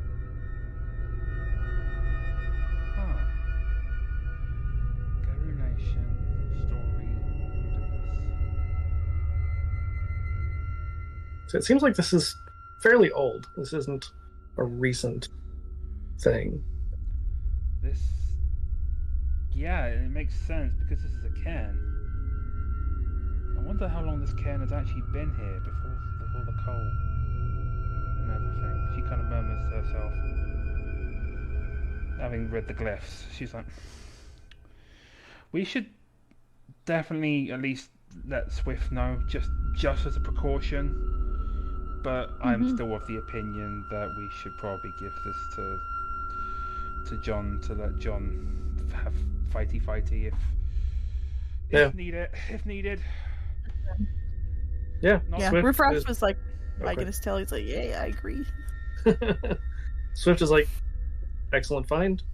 I think makes sense for you to hold on to that. Obviously, you can't take it with you into the Umbra, so you'll have to make your own way back, but... Oh, that's fine. Yeah, I'm not worried about you. It's more, kind of nods to Riffraff. Riffraff is like doing that thing dogs do where they dig a hole and then stick their nose and they go really sniffing it. Yeah, to quote you from last time, sniffing and snorfing. Snorfing! That's just Riffraff. That's his entire personality. Yeah. And she's like, yeah, I get it. I swear one of these days... Oh no, putting a collar on someone has odd connotations in the human world. I don't think I should put a collar on Riffraff. People will get the wrong idea. At least not without his consent. And that too. Yeah. That too, he'd have to consent, and I don't think he would. He'd run off. Yeah, no, you'd like look towards him with a collar, and he'd do that thing dogs do sometimes, where they like completely alligator roll. Yeah. Well, same thing with. Well, just looking for Donna, she'd probably try to run off or start growling and hissing because I tried putting a harness on her before, and she didn't like it. But yeah, she'll kind of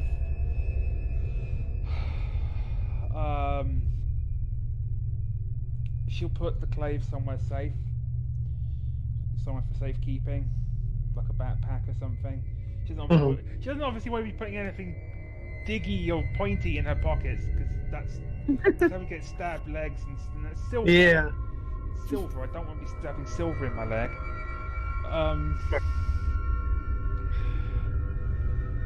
But she's gonna kind of keep those glyphs in mind because this is clearly a very old clave, and there might be more to it. Like there might be a way to bring out the story. If it's talking about story and stuff, there might be a way to bring out like a story. The glyphs may have special meaning. Yeah. But she probably needs to be back at the set to kind of analyze that because right now they're working. And that's definitely something that you think that either a Galliard like yourself or maybe a Theurge might be able to help with. Yep, absolutely. So after some time passes, you all wrap up what you've been working on. Swift says, do you need anything else before we leave?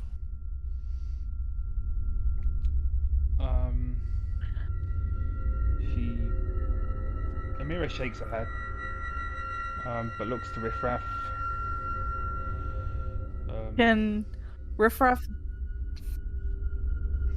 do like a big sniff and like see if he can like detect any like maybe if there's like anyone stinky nearby, just in case. Yeah. Why don't you roll Holt me stinky or it's an awareness. plant stinky or meat child stinky. Awareness? Oh, wits and awareness, yeah. Wits and awareness. Let's see here. 1, 2, 3, and then where's my wits? Do I have any of those? Or no, where's my awareness? Do I have any of that?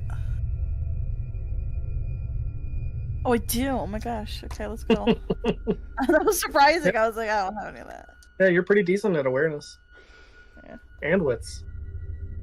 Okay. Uh-oh, sisters. Okay, that's a pass. I got 2 passes. Okay. You don't smell anything off. Like there's no you don't smell Mueller, you don't smell anything that smells like dead humans. You just smell like regular humans and then the guru you're with. Okay. Riffraff then like kind of like wags his tail. He's like, yeah, it's all good. We're ready to go. Mira's gonna of his penumbral senses is up, so is that what's happening on the other side? Seems pretty normal. You don't see anything out of the ordinary. Okay. Well, she looks at the others. Well, I've got to take the bus or what have you back. So I'll meet you back at the or an Uber. An Uber also might be more.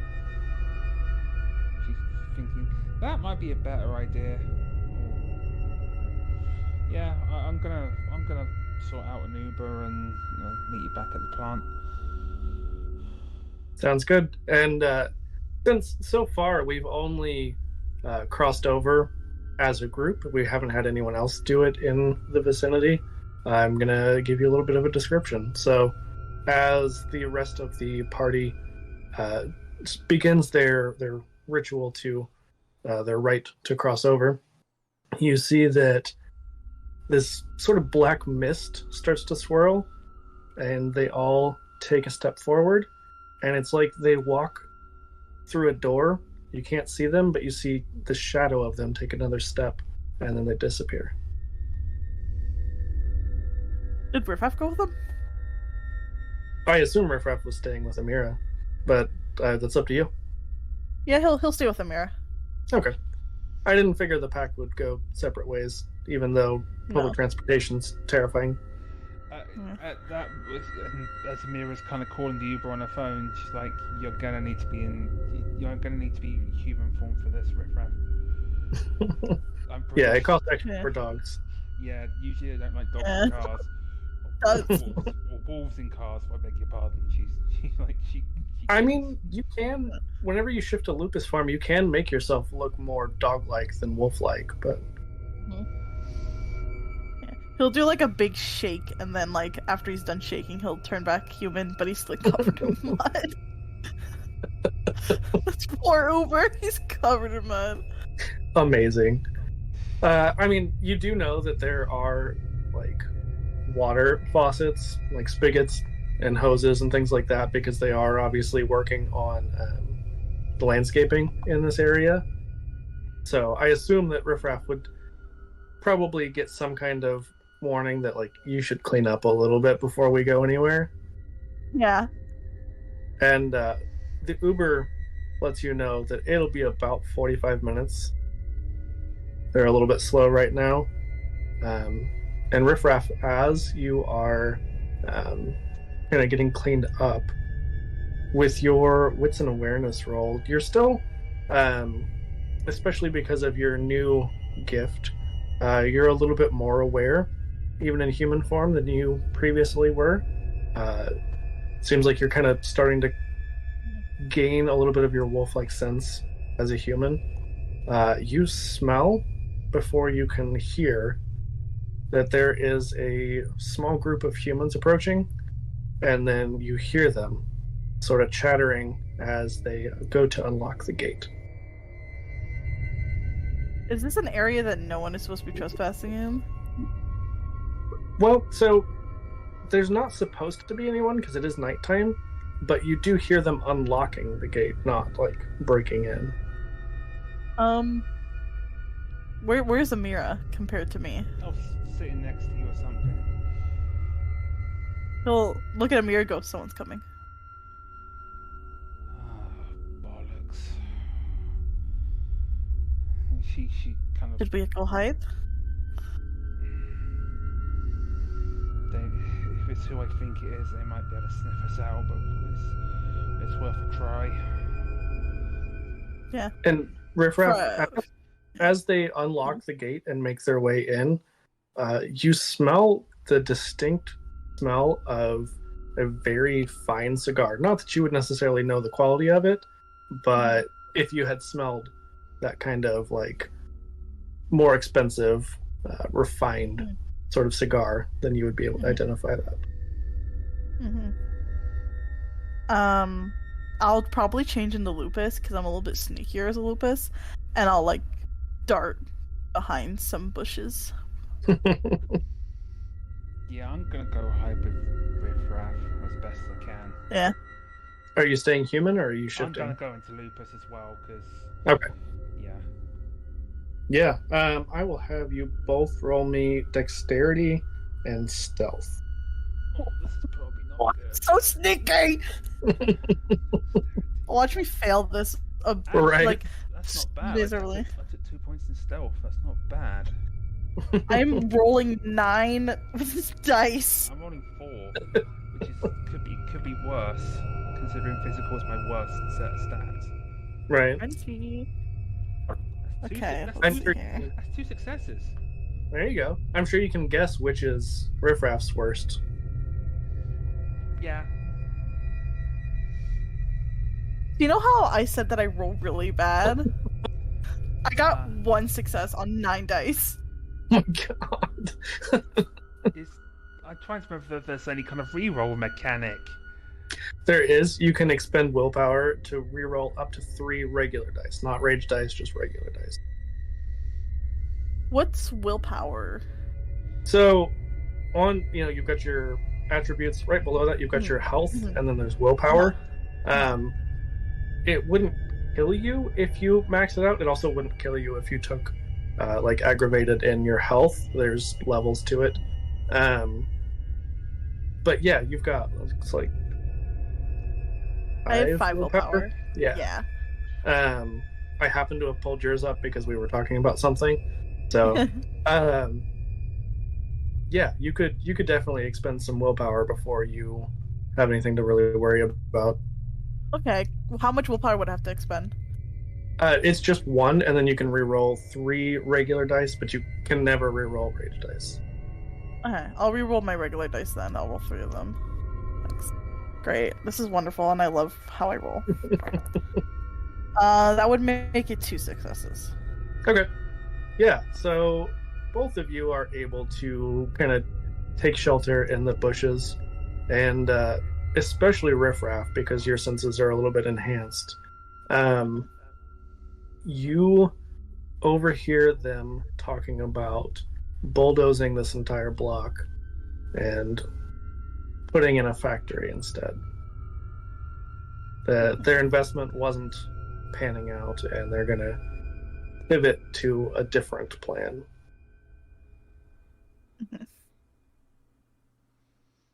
By the way, would it be possible for me to use blissful ignorance? Remind me what that does. It's one of my gifts. By standing completely still, the Garou can render themselves invisible to all observers, including monitoring devices and spirits. So I become practically invisible so long as I remain still and silent. Any attempt to spot me is at a difficulty of 2 plus the gift user's wisdom. Yeah, I think you have to test it, don't you? 4. Let me see. I believe so. Blissful ignorance. It costs 1 willpower. Okay. So you know what? Let's just say that willpower you spent, that you used it on the gift instead. Okay, that works. Yeah, I like that better. Yeah, absolutely. So even Amira, you don't see Riffraff. Like, he turns practically invisible. She mutters under her breath about how her and John, how he and John, beg your pardon, how Riffraff and John both seem to have the ability to turn invisible, and she doesn't. It's like, yeah. Just doing that dog whine, like, Yeah. God damn it. Plus, Amira can't hear what these guys are saying. I mean, Sophia can kind of guess who they are, but Amira has no fucking clue right now. Right. And as you both kind of linger and are eavesdropping, the individual who is smoking kind of makes their way towards the center of this park to be, and you can see that it is a woman in a very fine suit, smoking this cigar, and she says, "Fan out. See what kind of equipment we need to bring." And 3 people with flashlights begin just searching the area. Oh, sisters. Well, I'm invisible, so Amira, it was nice knowing. I'm just kidding. Okay.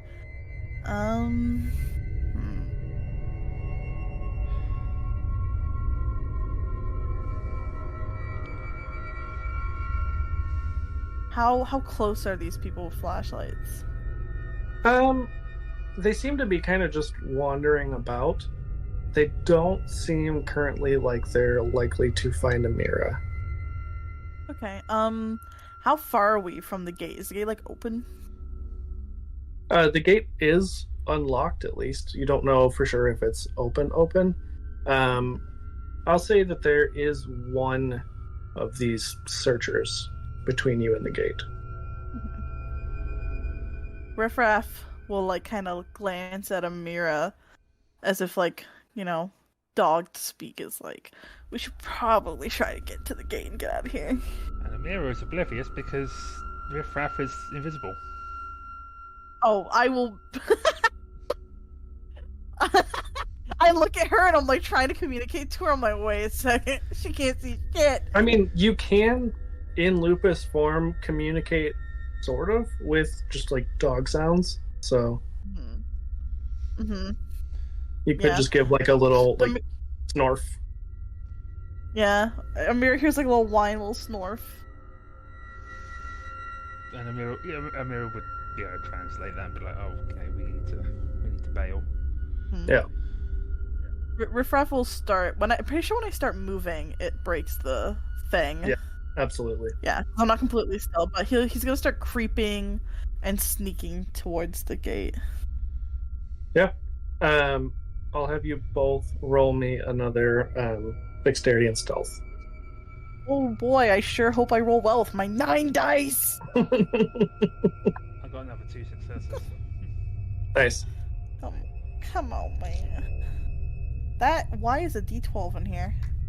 Alright, maybe that. So close. Basically the same thing. That's more like it. Okay, I got 6. Okay. That's decent. Yeah. I'll say that because of your 6 successes, you're able to help Amira a little bit to be more sneaky. Yeah, so the two of you are able to make your way past this individual who is searching the area. Maybe even like draw their attention in a different direction before you head out the gate. And Amira, as you're leaving, you see there is a van and then a black sedan. And the van on the side of it has King Breweries and Distilleries.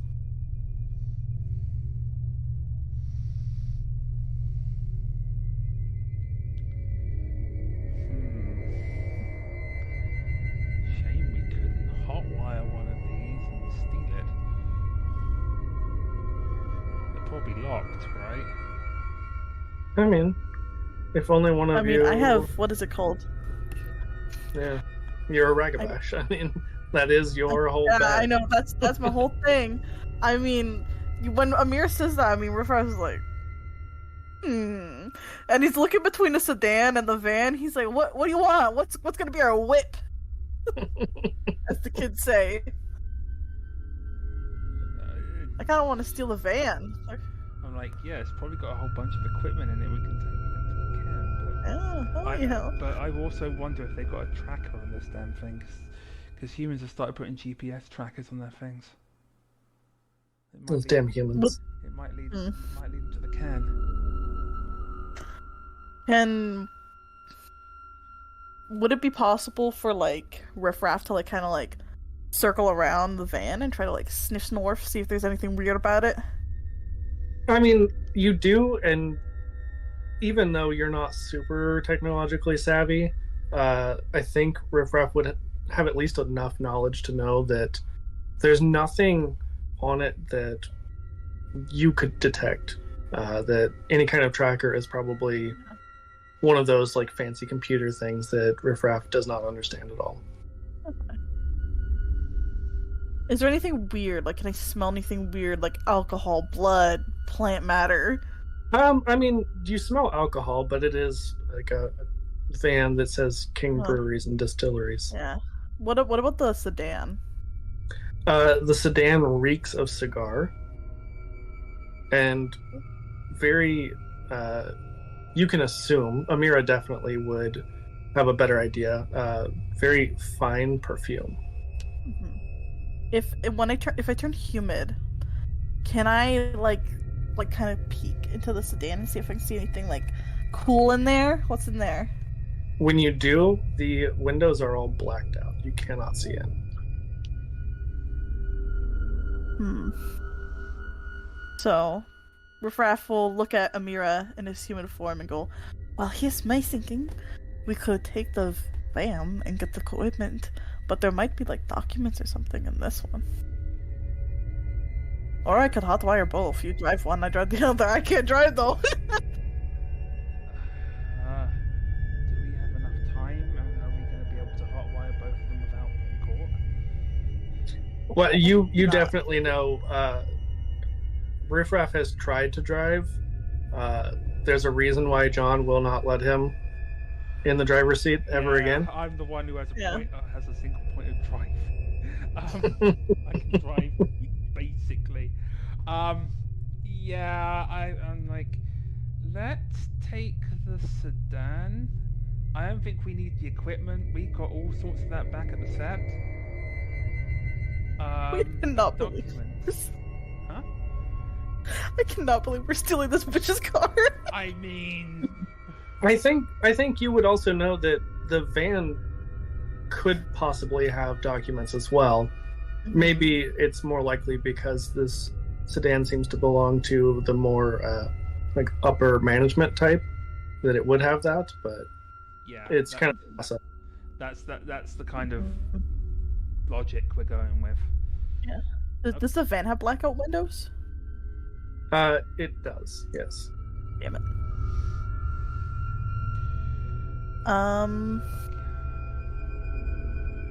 And let me see here. I think Riff. Yeah, I think he'll try the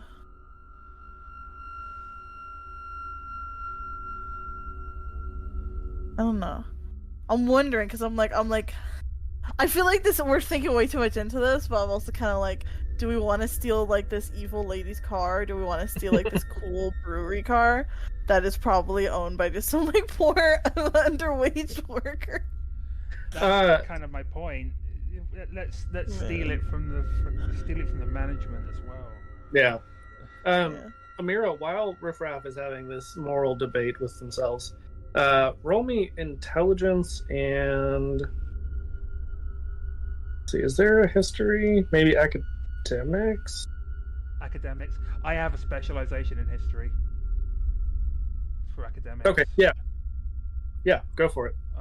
That gives me a +1 if I remember correctly, specializations. That sounds right. So 7. I knew being a history student would come in handy someday. One of those days. Yeah. Okay. That is 1, 2, 3, 4 successes. Okay. Yeah, Amira, you are familiar. It takes you a little bit to kind of dredge through your memories of where you've heard of King Breweries. They are a subsidiary of Pentex. And they spread the taint of the worm through alcoholism and that sort of thing. That is their twisted type of thing, is they are encouraging alcoholism and corruption. Obviously, they try to have like their public face not seem that way, but that is definitely their goal. Yeah. These guys get people drunk and turn them over to the worm. They're Pentex. We definitely need to steal. We definitely need to steal one of these. Let's get the van. They want to get the van? Yeah. Ooh, you know what? You know, I will say, you have that clave. You could steal one and, I don't know, slash some tires on the other. Yes.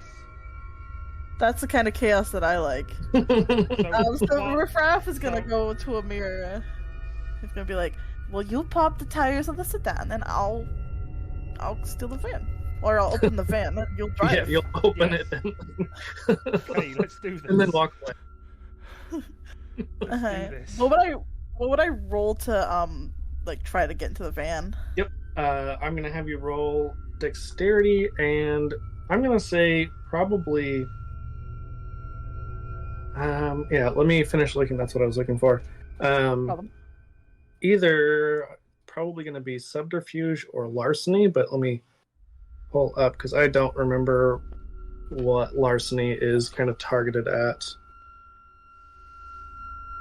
Let's I don't know see. if it'll matter. I'm pretty sure I have 0 in both, so it'll just be Ooh. Dex for me. Yeah, if you don't have any points in either, then we won't worry about it. Oh no, I have 3 in larceny. Okay, wait, it does matter. Okay, yeah. Just go for larceny then. Okay. 1, 2, 3. We're committing Grand Theft Auto. Oh, that definitely seems like stealing to me. Yeah. John is gone for 1 session, and we do all the crimes. Yes. Right. Yeah, and I was thinking larceny would be more correct, and yeah, it does say it's your familiarity with tools and techniques for picking locks, planting bugs, deactivating, burglar alarms, so forth. Fine. And hot wiring automobiles. So yeah, I got 3 10s and a 9.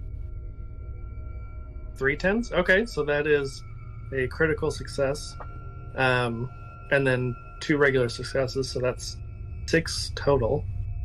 It was 3 10s and a 9. Oh wait, so and a 9. Sorry. Yeah. So Yeah. 5. I can math. Yeah. Just go with it. Yeah. So even with 5, that's still pretty freaking good. So Riffraff, you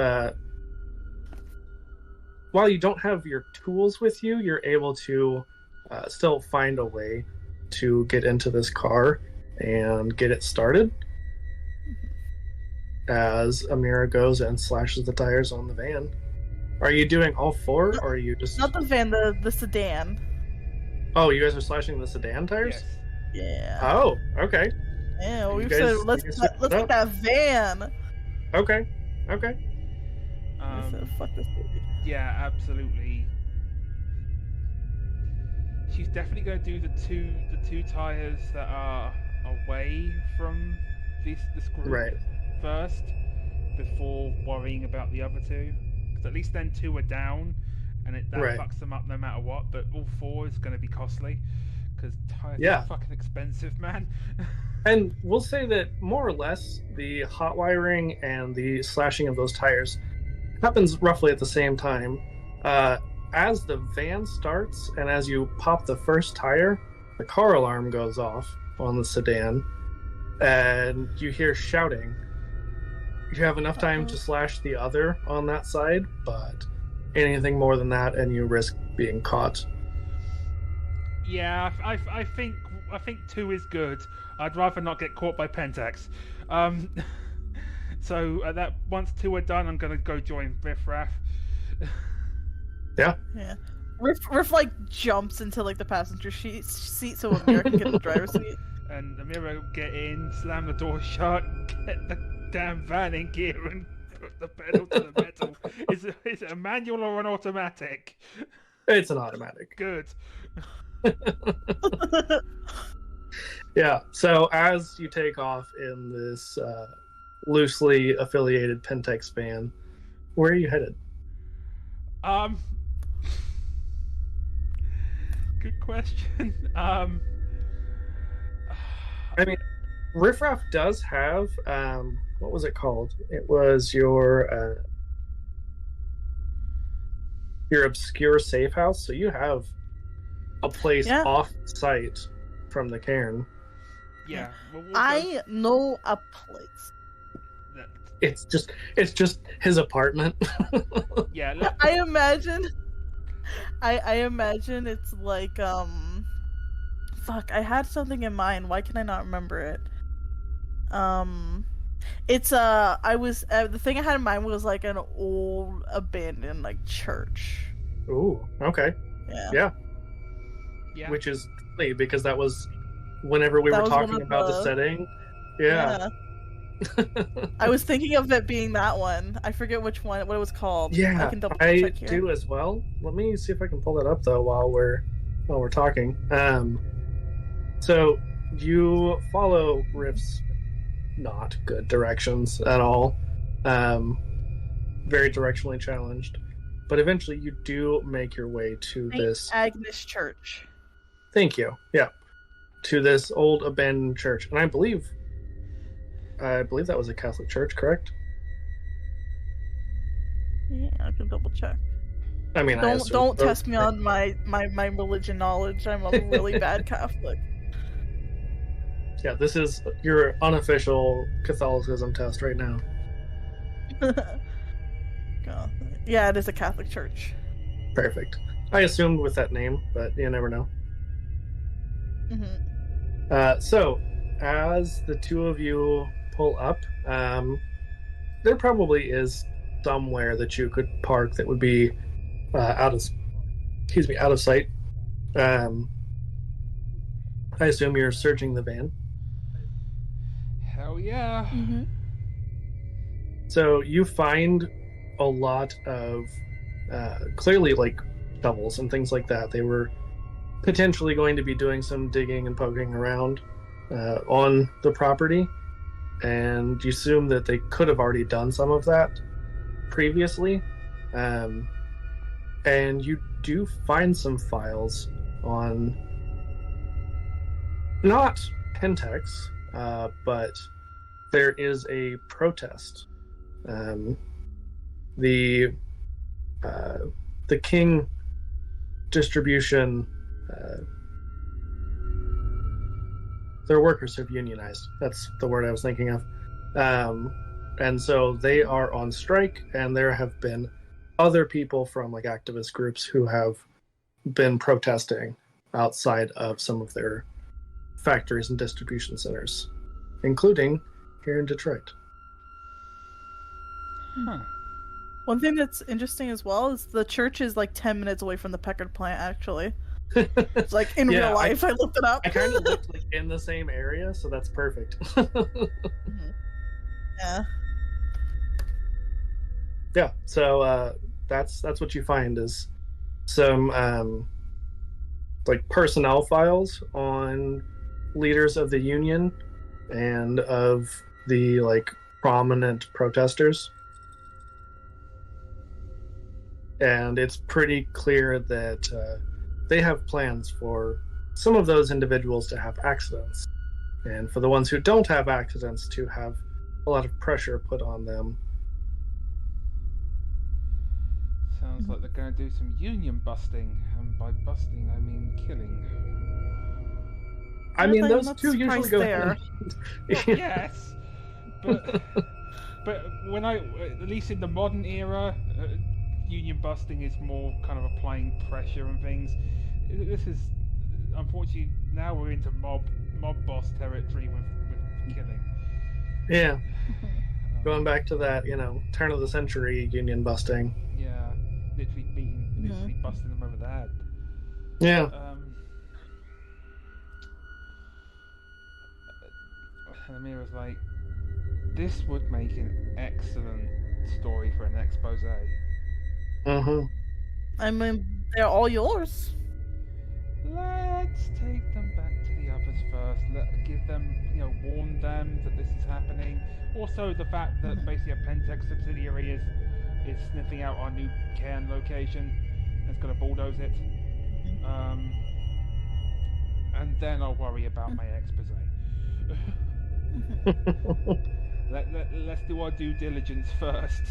Then I'll worry about posting stuff to the blog about how this brewery companies are being assholes.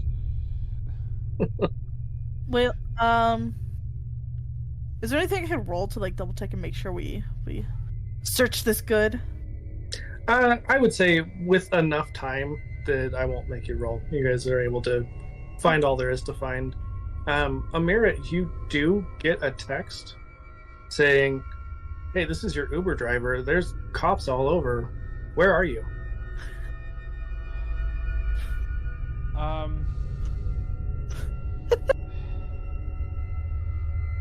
Shit.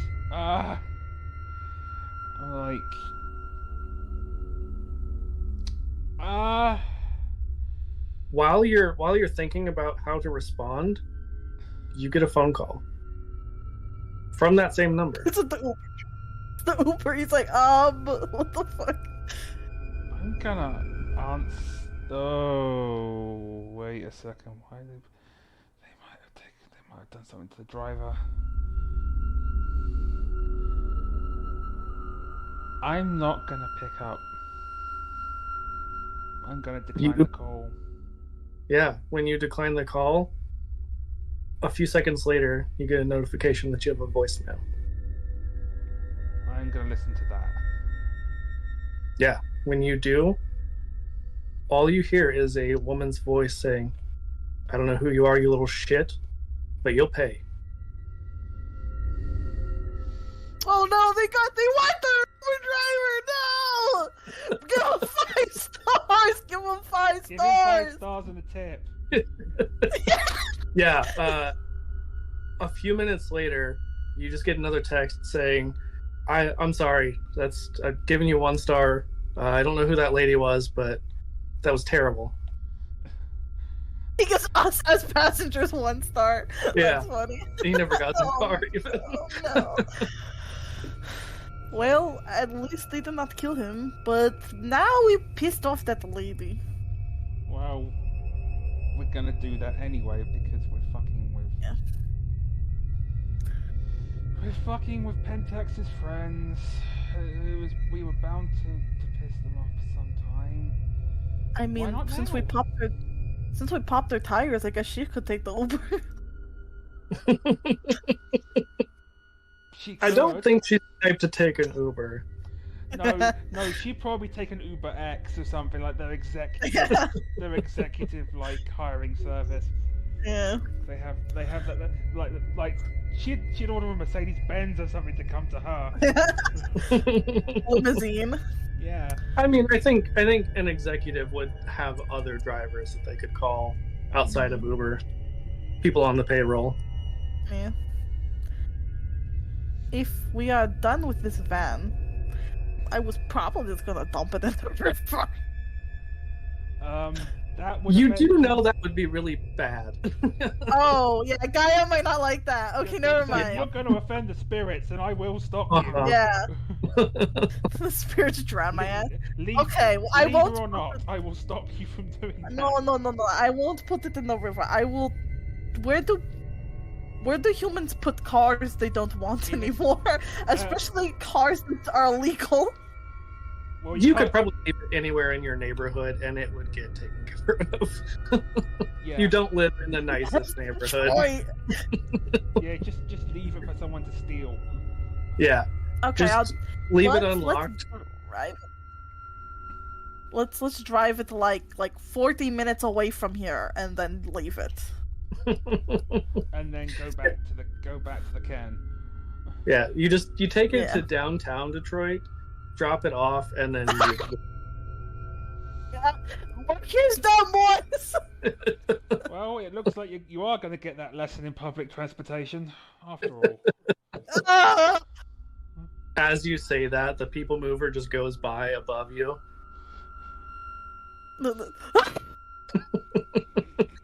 Because it's kind of like the Chicago L, where it's raised up a little bit on a track.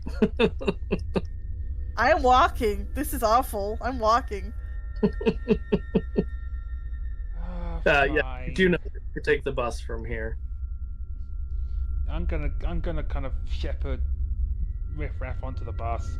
Come on, I have enough fare for both of us. It's fine.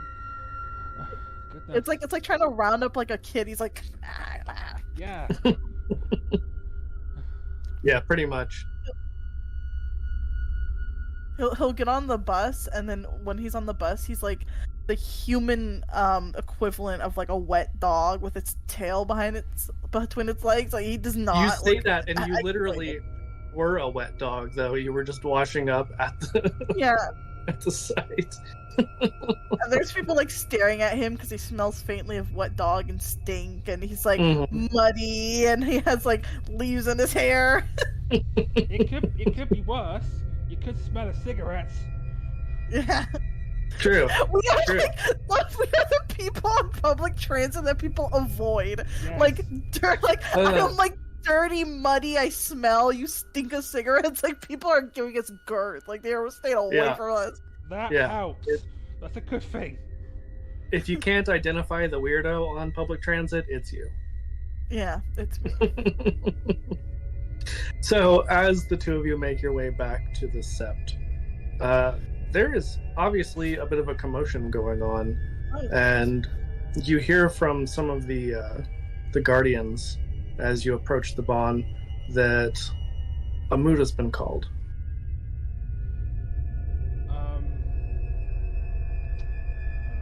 We should probably go and find Silverteeth real quick.